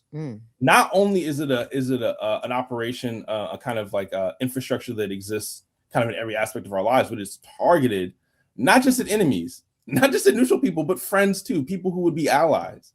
So I think that's like an important, I think that's an important note as well. Yeah. So Art asks, I know that it's happening organically with MAKC, Red Nation, even with individuals like Hiram and Samantha, but have y'all ever got together to be more intentional as a collective? And so these are conversations that are ongoing consistently. And this is why you see like this constant hodgepodge of people between shows and sharing shows and doing shows one day after the other. And, because we're trying to figure out how to be more intentional with the work. And so you can add Lara Shiha to that list of folks. You can add Adnan Hussein to that list of folks. You can add Sina. Oh, I just forgot Sina's last name to that list. Like there's a lot of us that are trying to figure out how do we ensure our collective ability to continue to be voices of like truth, right? Like and it's rough. Like what I can say is the system, the same enemy that brings shootings to children who throw rocks and kettling to people in Los Angeles is the same reason that trying to do these things collectively are difficult, right? Like you're literally trying to figure out how do you build a thing outside of the system, because building it within this system means we're automatically hindered by the system. And so, you know, for all of what I would love to see happen amongst all of these individual voices, like we're all trying to do this on Google, right? Like right now we're all trying to do it on Google. And every now and again, like as we've learned, it is very easy for Google to just be like, y'all not going to be a thing anymore. And so all of these things have to be part of the conversation, and all of these things have to be, you know, part of the considerations as we move forward, which is why I'm always emailing Dwayne, and, you know, because we're trying, I'm adamant about this collective specifically, and in tandem with all of the other voices of people who I've really grown to respect and to sincere. Like I text a lot of these people offline constantly with like my my never ending like brain goings, right? And so I'd love for us to find a way, and you know, we'll keep fighting to find one. We'll see how it all plays out. But do know that is something that's definitely on dock as part of the conversation, the ongoing conversation. Yeah, and we're gonna call it Jared's Block Party when it launches. Wait, I thought no, Jared was the wait, which Jared? No, we're gonna call it Jared's after party. It's the after party. It was the after party. It is the after party, right? Yeah, but we'll figure it out. We'll get there. It's gonna be the before, during, and after party, man. There you go. What else can? Oh, how about this Tyler Perry story? Because I knew. Okay, yeah. Because I can't. I just knew one of us was gonna bring it up. Because I can't, and I just don't understand. I got you. And while you're bringing that out, Sam is literally like one of my favorite people on earth. I always get so excited when she's in the chat. Shout out to Sam. Oh man, what? How do I close it out? There's a little the blue circle. Is that it? No. Wait, yeah, it's the X. You should. No. It's the ads. It's the ads. Oh, it's the ads. Okay. There we go. This. Oh my god! I'm sorry, y'all. I don't know what's happening. Okay, I think we got it. Okay. This is the frustration that sighted people experience. I be ready to melt down when I go to a page and shit keeps clicking up and asking me questions. Hey, do you wanna? Would you be interested? Did you know? We've got new stuff. Get the fuck out my I'm sorry. So I sort of enjoy, in a way, watching like sighted people also get frustrated by this. I'm like, oh, this is not just my frustration alone. Got it. No. And they're designed to be frustrating. They're designed to like for you not to be able to get away from them so they can get your money. Like it's just when I think about how intentional that is, them always in your way, it makes me even more upset. Anyways, TSA workers asked to return $1,000 gift cards given out by Tyler Perry at Atlanta airport. The gift was a huge morale booster at the airport as he tried to ease some of the financial strain on workers during the government shutdown. Look at that. Tyler Perry coming to the government's rescue. Transportation Security Administration workers at Hartsfield-Jackson Atlanta International Airport were asked to return gift cards distributed by representatives of Tyler Perry. Wait. So it wasn't Tyler Perry. It was some of his gophers. Well, His he put up the representative. money. What you expect Tyler Perry just to walk around the motherfucking airport and What's out the headline? gift cards Given out by Tyler Perry. I thought he was out here, doing his man of the people thing. I'm sorry. His representatives. He just sent his minions out there to do the distribution. You know what I'm saying? He put up the money, Evan. Oh my God. Sources said Perry initially went to the airport with cash in an effort to provide financial. I'm sorry. Why are you going with cash? With cash in an effort to provide financial assistance to TSA workers who have been working without pay for several weeks amidst an ongoing government shutdown. He was told that federal rules prohibit TSA employees from accepting direct cash gifts. Obviously, someone with Tyler Perry's stature, and I guess his reason, you would think somebody would have told him that, right? Like that's not new information. No, I think Tyler Perry was in one of his boardrooms and had an idea, and everyone around him was like, that's a great idea. Why don't you go ahead and do it? Members of Perry's team later returned with gift cards after reaching out to airport officials about alternative ways to help. Over the weekend, TSA workers who received the gift cards were contacted and told they would need to return them, sources said. The gift cards were valued at $1,000 each, according to those familiar with the distribution.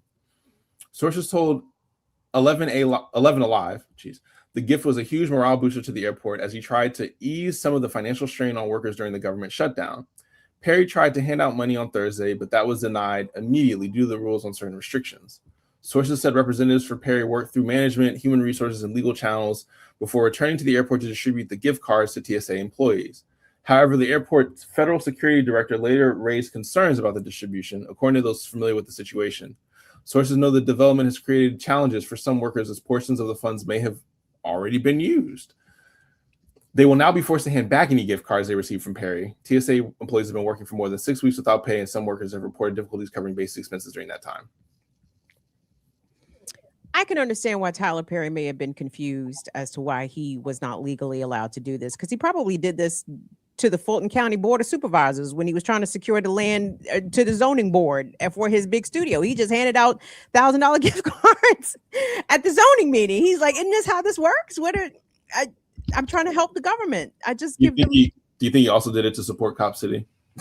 Just like, so aren't TSA in the service industry? Like they serve, like you're able to tip people in the service industry. Or they're federal employees. Oh, okay. Well, you learn something new every day. And doctor, shut up. You knew that TSA was the federal government. Don't you learn something new every day, me, goddammit. But what I'm saying is they work in. That's not like a service industry. Well, let's assume for a second, even if they were like just security, do you tip security guards? Now you coming. Now you all right. Now big up to Old Grease sending in $2. The guitar in CCR's Green River is GOAT. Also, Old Grease sending in another $2. Oh man, DuckDuckGo even has a web browser now. And last but not least, A-Rob said sending in $5 minus a penny. Kim, do you use a screen reader or Zoom text? I have to do 350 hours for my certification if you ever need support in that type of technology. I do need support. I don't use either of those things, unfortunately. I just struggle. You know what I'm saying? So if the phone talked more. But see, I also think I need a bigger device. But I think I need a lot of things. So who sent that? A-Rob? Yeah. Let's wrap A-Rob. And if Tyler got money to help people that's offer their jobs for a minute, is that such a bad thing? Like, here's some money. First off, it's called assistive technology. Because I feel like I saw you breeze past that, but it's called assistive. Oh, look at a scholar over here who went to Shipwell or whatever that nice school you went to. What was the name of that school you went to? Not Shipwell. We're not talking about doctor. Huh? Sidwell. I thought it was Shitwell. Nigga went to Shitwell. Sorry. I do not care for Sidwell, so the Shitwell thing is actually hilarious to me. I'm gonna be real, but I hate the ear doctor more, and I want to give him credit for that. No, Tyler Perry was clearly trying to pull a black man. stunt. You know what I'm saying? Wanted some attention. Look, I'm Tyler Perry. I'm the good guy. I'm out here helping out the downtrodden. Ear Doctor, what's one of them projects in Atlanta? Bowen Homes. Why don't you go down to Bowen Homes with $1,000 gift cards? You want to hand out. And again, I am empathetic as working people. The struggles that the TSA have dealt with. I understand why people have quit that good government job. Isn't that something, y'all? The term good government job, it don't hit the same in 2026, does it? Like, ain't no good government job because they all shit. But basically, they got back pay coming, and they still got health. They still got benefits and all the accoutrements that come with having a federal job. So basically, and Ashley wants your info, Kim. So I'm gonna send her your phone number. Is that's fine? Perfect, because I do not check email. That's why I didn't offer email. Ashley, I will send you a note with Kim's. I like Renee. Number. You see how Renee adjusts to my communication needs. Renee doesn't try to impose. I appreciate that, Renee. Thank you. Well, Kim, if you just check your email. No, you've never just check your email with me, and I appreciate that because I told you don't check. No, because once we had that conversation and you made it clear, and I also don't like. I feel like part of it is also like people's own selfishness. Like email is problematic for you, so why would I do something that's creating you a problem? Like I need you. If I need you to answer something, wouldn't it make more sense for me to do it in a way that's going to allow you to actually answer me? And when you call and when you text, don't I reply? Exactly. I reply. Always. Kim has never not, like, when I be like, Kim, can text? We get it. It's done. All good. Now, Evan, however. Hard-headed. Whew. Did you get your sweatshirts, Evan? Not yet. Okay, they should be on their way. Okay. FYI. So when I get them, I'll show up on Tuesday with my sweatshirt, so you'll know.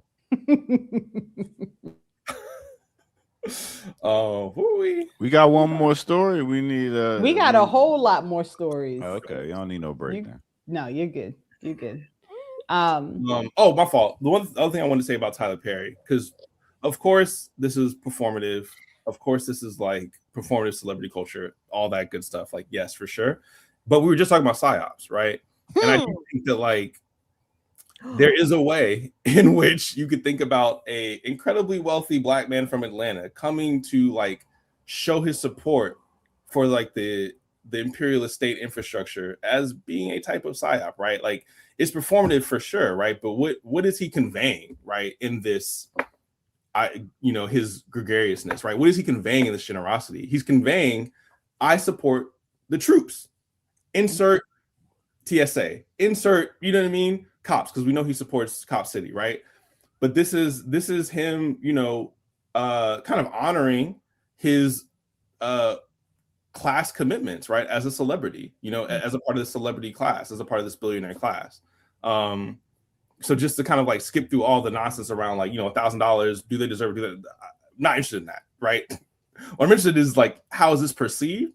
And I think that is how he meant for it to be perceived. And like, I think that's how it is perceived and how our people receive it, right? As like, we should all be supporting, you know how many black people work for TSA? We should be supporting them, right? And we need to make sure they get paid, and we should make sure that ICE doesn't take their jobs and blah, blah, blah, blah, blah, right? That's my thought. Oh. So ridiculous. Or is it I need to hurry up and fly around, so we need to get them back at the airport because I got some places to be. Do you think Tyler Perry flies? That Tyler Perry he is not flying. No, a TSA line? Nope. Not for about 10, 15 years. He ain't waited in no TSA line. Nope. Come on. And I have to fly to a graduation in May, and I am not looking forward to the travel at all. And I picked a 6:00 in the morning flight because I was like, maybe flying out that early and having to be at the airport at 3:00 in the morning, we can avoid some of this chaos, but I'm not convinced. And I'm not happy about it at all. And I can't skip my stepdaughter's college graduation. So I have to go. I'm gonna have to figure out a way to manage. Observation about so the recent crash at LaGuardia and then last year's crash at Washington National Airport. And every time they release the audio from the tower, I said, these all sound like white men. It sounds like white men. I mean, that's what happens. This is exactly what happens when you put the white men in all the positions. You get exactly this shit. And it's all, and I mean, you're not necessarily wrong with that, but it's also because there's not enough people, right? Like those towers are wildly low on personnel in a way that I'm like, how y'all don't have a plan for this at all? Like what is happening that there's no plan for this at all? So yeah, man. Just an observation. I could be wrong. Yeah. No, this is Air Doctor trying to call look, this is why I gotta stay on mute, y'all, because Air Doctor be trying. Air Doctor waited till the last 10 minutes of the show to put that up. Come on, man. We didn't put it up on the screen, Zen. Listen, us. What are y'all not gonna answer the question? Like, nope. Kim, do you know what they asked? No. Okay, Kim. They said, so how do y'all feel about reparations for immigrants? Leave me alone. I mean, just leave me alone. Like, everybody deserves reparations, period. Full stop. Okay. I don't exclude any descendants of slavery. I don't give a fuck if they American descendants of slavery, Barbadian, Bayesian descendants of slavery. It don't matter. Everybody deserves a reparation, and people need to stop thinking from a lack perspective, a scarcity perspective, that if we open up the reparations to all these niggas that got dropped off in the Western Hemisphere, then somehow that's less for us. That you niggas need to elevate. Okay, there's enough out here for everybody. Take it all back. Right. Didn't we just say it's the same war?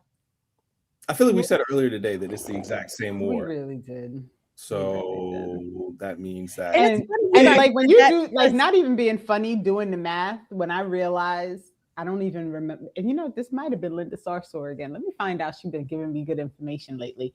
She was saying, I think she was the first person I heard say that it was $1 billion a day being spent to bomb Iran, right?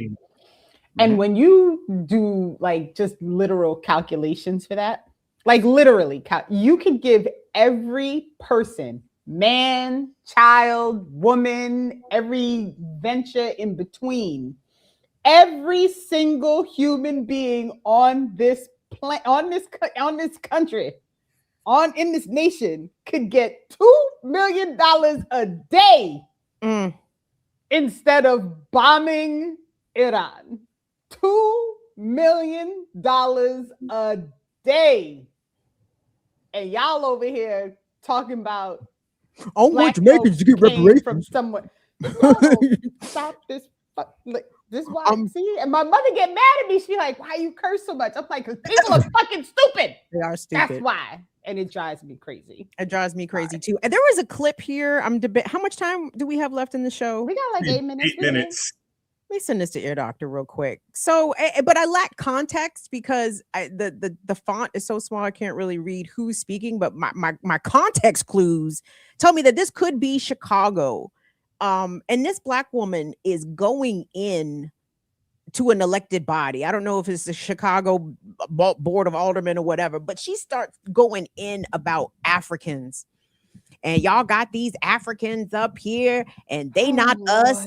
They didn't experience slavery, and that's okay, because guess what? Because when ICE come, they coming for you. They come. I'm like, oh my God, help us, please. This is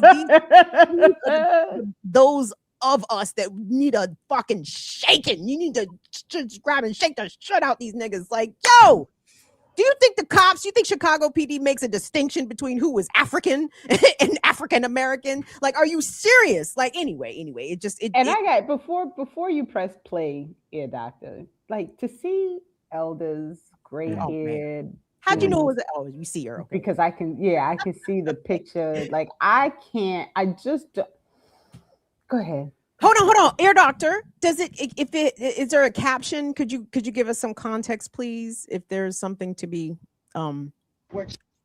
is being held and talking about expressions of slavery, and you don't even have any black aldermen there. Now, it's not your fault. It's a testimony of just how sorry and pathetic the black aldermen are in City Hall, which has allowed you all to do all type of things that you all shouldn't be allowed to do. But the fact of the matter is the fact that you have Africans in here today talking about expressions of slavery. Slavery in America happened to us, Black Americans, not them. In fact, the Africans of today don't even associate themselves with Black Americans. They don't even associate themselves with us. In their little minds, they think they're superior to us.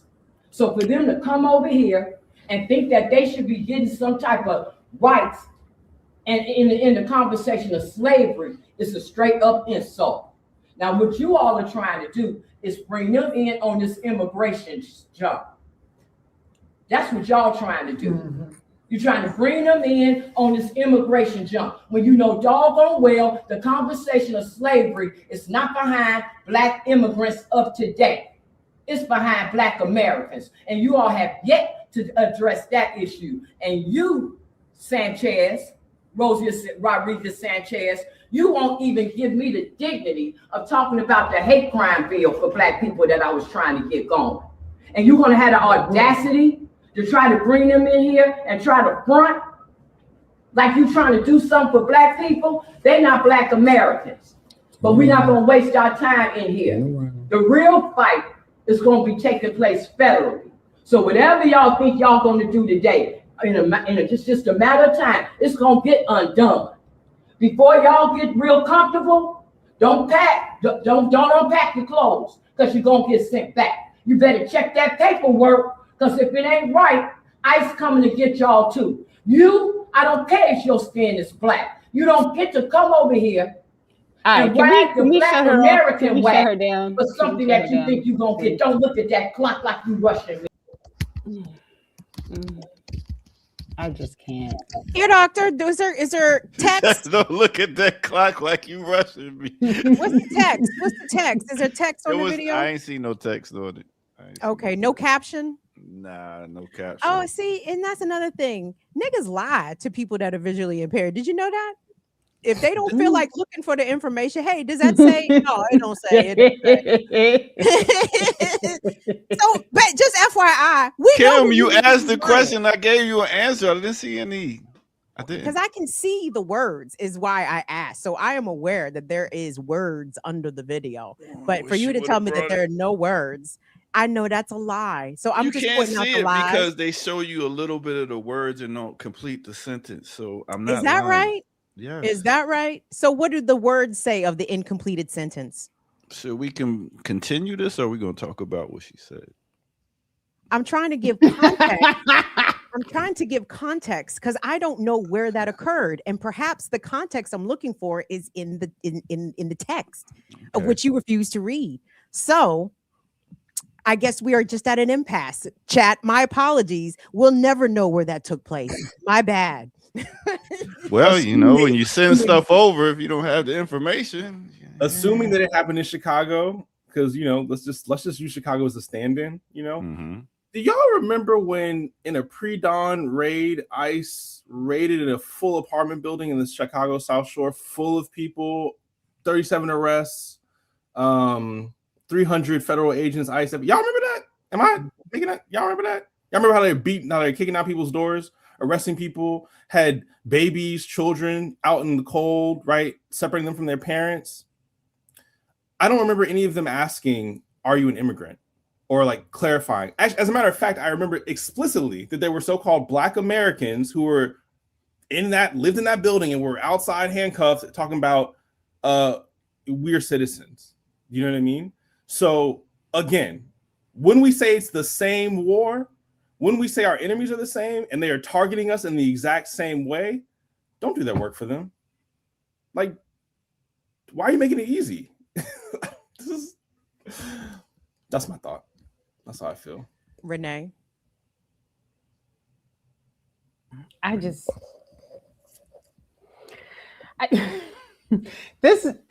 We don't have time for this. We really don't. We don't have time for this. How about we circle back to this on to next week? Because so much. It's too much. There's too much, and I just want to punch people who are like that, and it's just it's not a good way to react to it, and it's really problematic because I'm grossed out by the whole thing, and it's so stupid.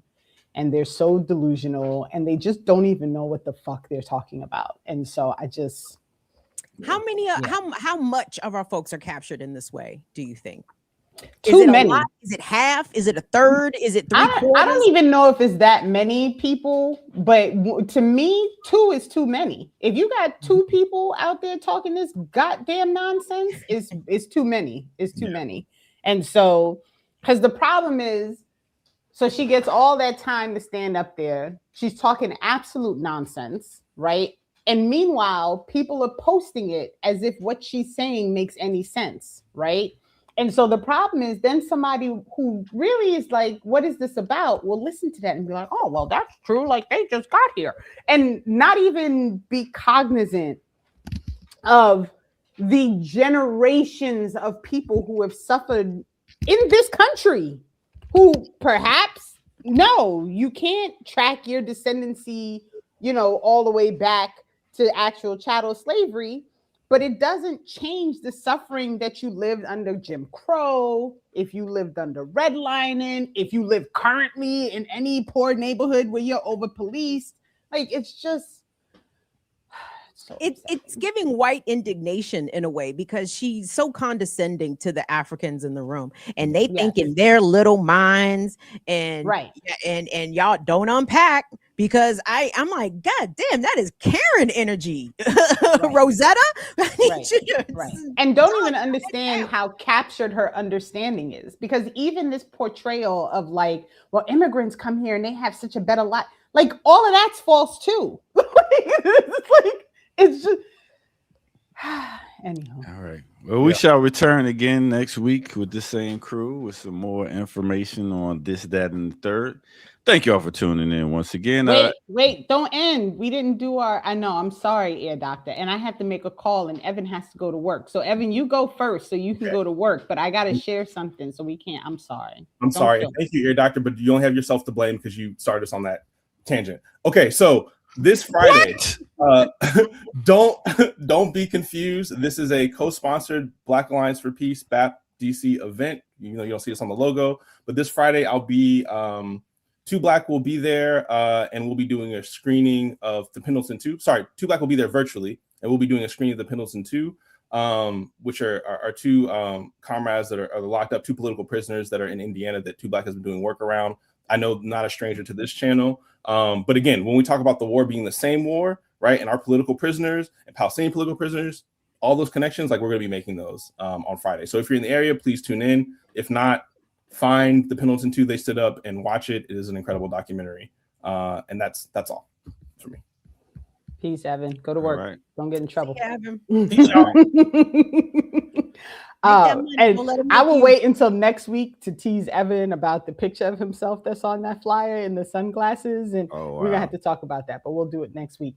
I quickly need to share. So this week we will be actually hosting 2 Black on the show on Saturday, which I'm pretty excited about. We're going to have a conversation about the fakeness of of being a celebrity in these times and spaces. But on Sunday, for folks who are in the area, if you are able, we're doing a fundraising event to support Cuba. IFCO has been raising money. They're planning to try and get a shipment, like to actually send a shipping container to Cuba that's filled with items.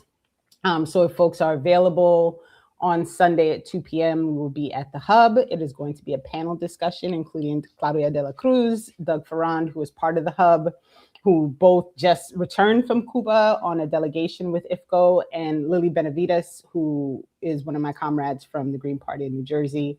So that is April 5th at 2 p.m. We are asking for donations because it is a fundraiser. So if folks are able, I will drop that link in the chat for people. You can give, whether you can attend or not. You can actually follow the links and just give to IFCO for this fundraising effort. But we're going to do that on Sunday afternoon. All right. And Kim Brown, what you got coming up? Nothing. I got the show with you on Thursday. I put my show is on hiatus till further notice, indefinite hiatus. And for all the patrons, we turn the Patreon off. So if you happen to get charged tomorrow on the 1st, let me know and I will send you your money back. But yeah, I'm taking a break. All right. And big up to Chris. Ear Doctor, you should have just read the caption. It's too early in the AM for ableism. No one else bothered to do it. The caption said FBA, add comment if you agree with Miss Jessica Jackson. So it had nothing to do with what she was asking. That's why I didn't read about saying TikTok. But Jessica Jackson, I could make we can deduce some more. He was asking about Chicago and all that other stuff. It didn't have it on my email. It said TikTok, blah blah blah. So that wasn't what you was asking for. Blah so blah. As in, yes, leave a comment. So with that said, I don't have to lie to you, Kim. You're a sister of mine. With that said, y'all have a great day. Oh, y'all must have got on the nigga. Y'all must have got they got on you a little bit. I just don't like to be accused of lying, and I don't. So all right. Okay. Well, I rescind my accusation. You're not a liar. Appreciate it. All right, see how we deal with stuff right here on the Remix Morning Show, y'all, right here on Black Liberation Media. That is Renee Johnson. That is Kim Brown. I'm the Ear Doctor. This is the Remix Morning Show. Y'all have a great one. Peace out. Yeah. Black Liberation Media is a collective of Black and African organizers, journalists, academics, and media personalities serving Black and African masses seeking to further grow in their understanding of themselves, their histories, and the African world through entertainment and news. Please continue to like, subscribe, and donate to the channel so we can further serve you and liberate our people. You can also go to blkliberationmedia.org, get some merchandise, and also become a Patreon member and a member from the YouTube. Please do what you can, share, and show your love as we will show ours for you. Black Liberation Media.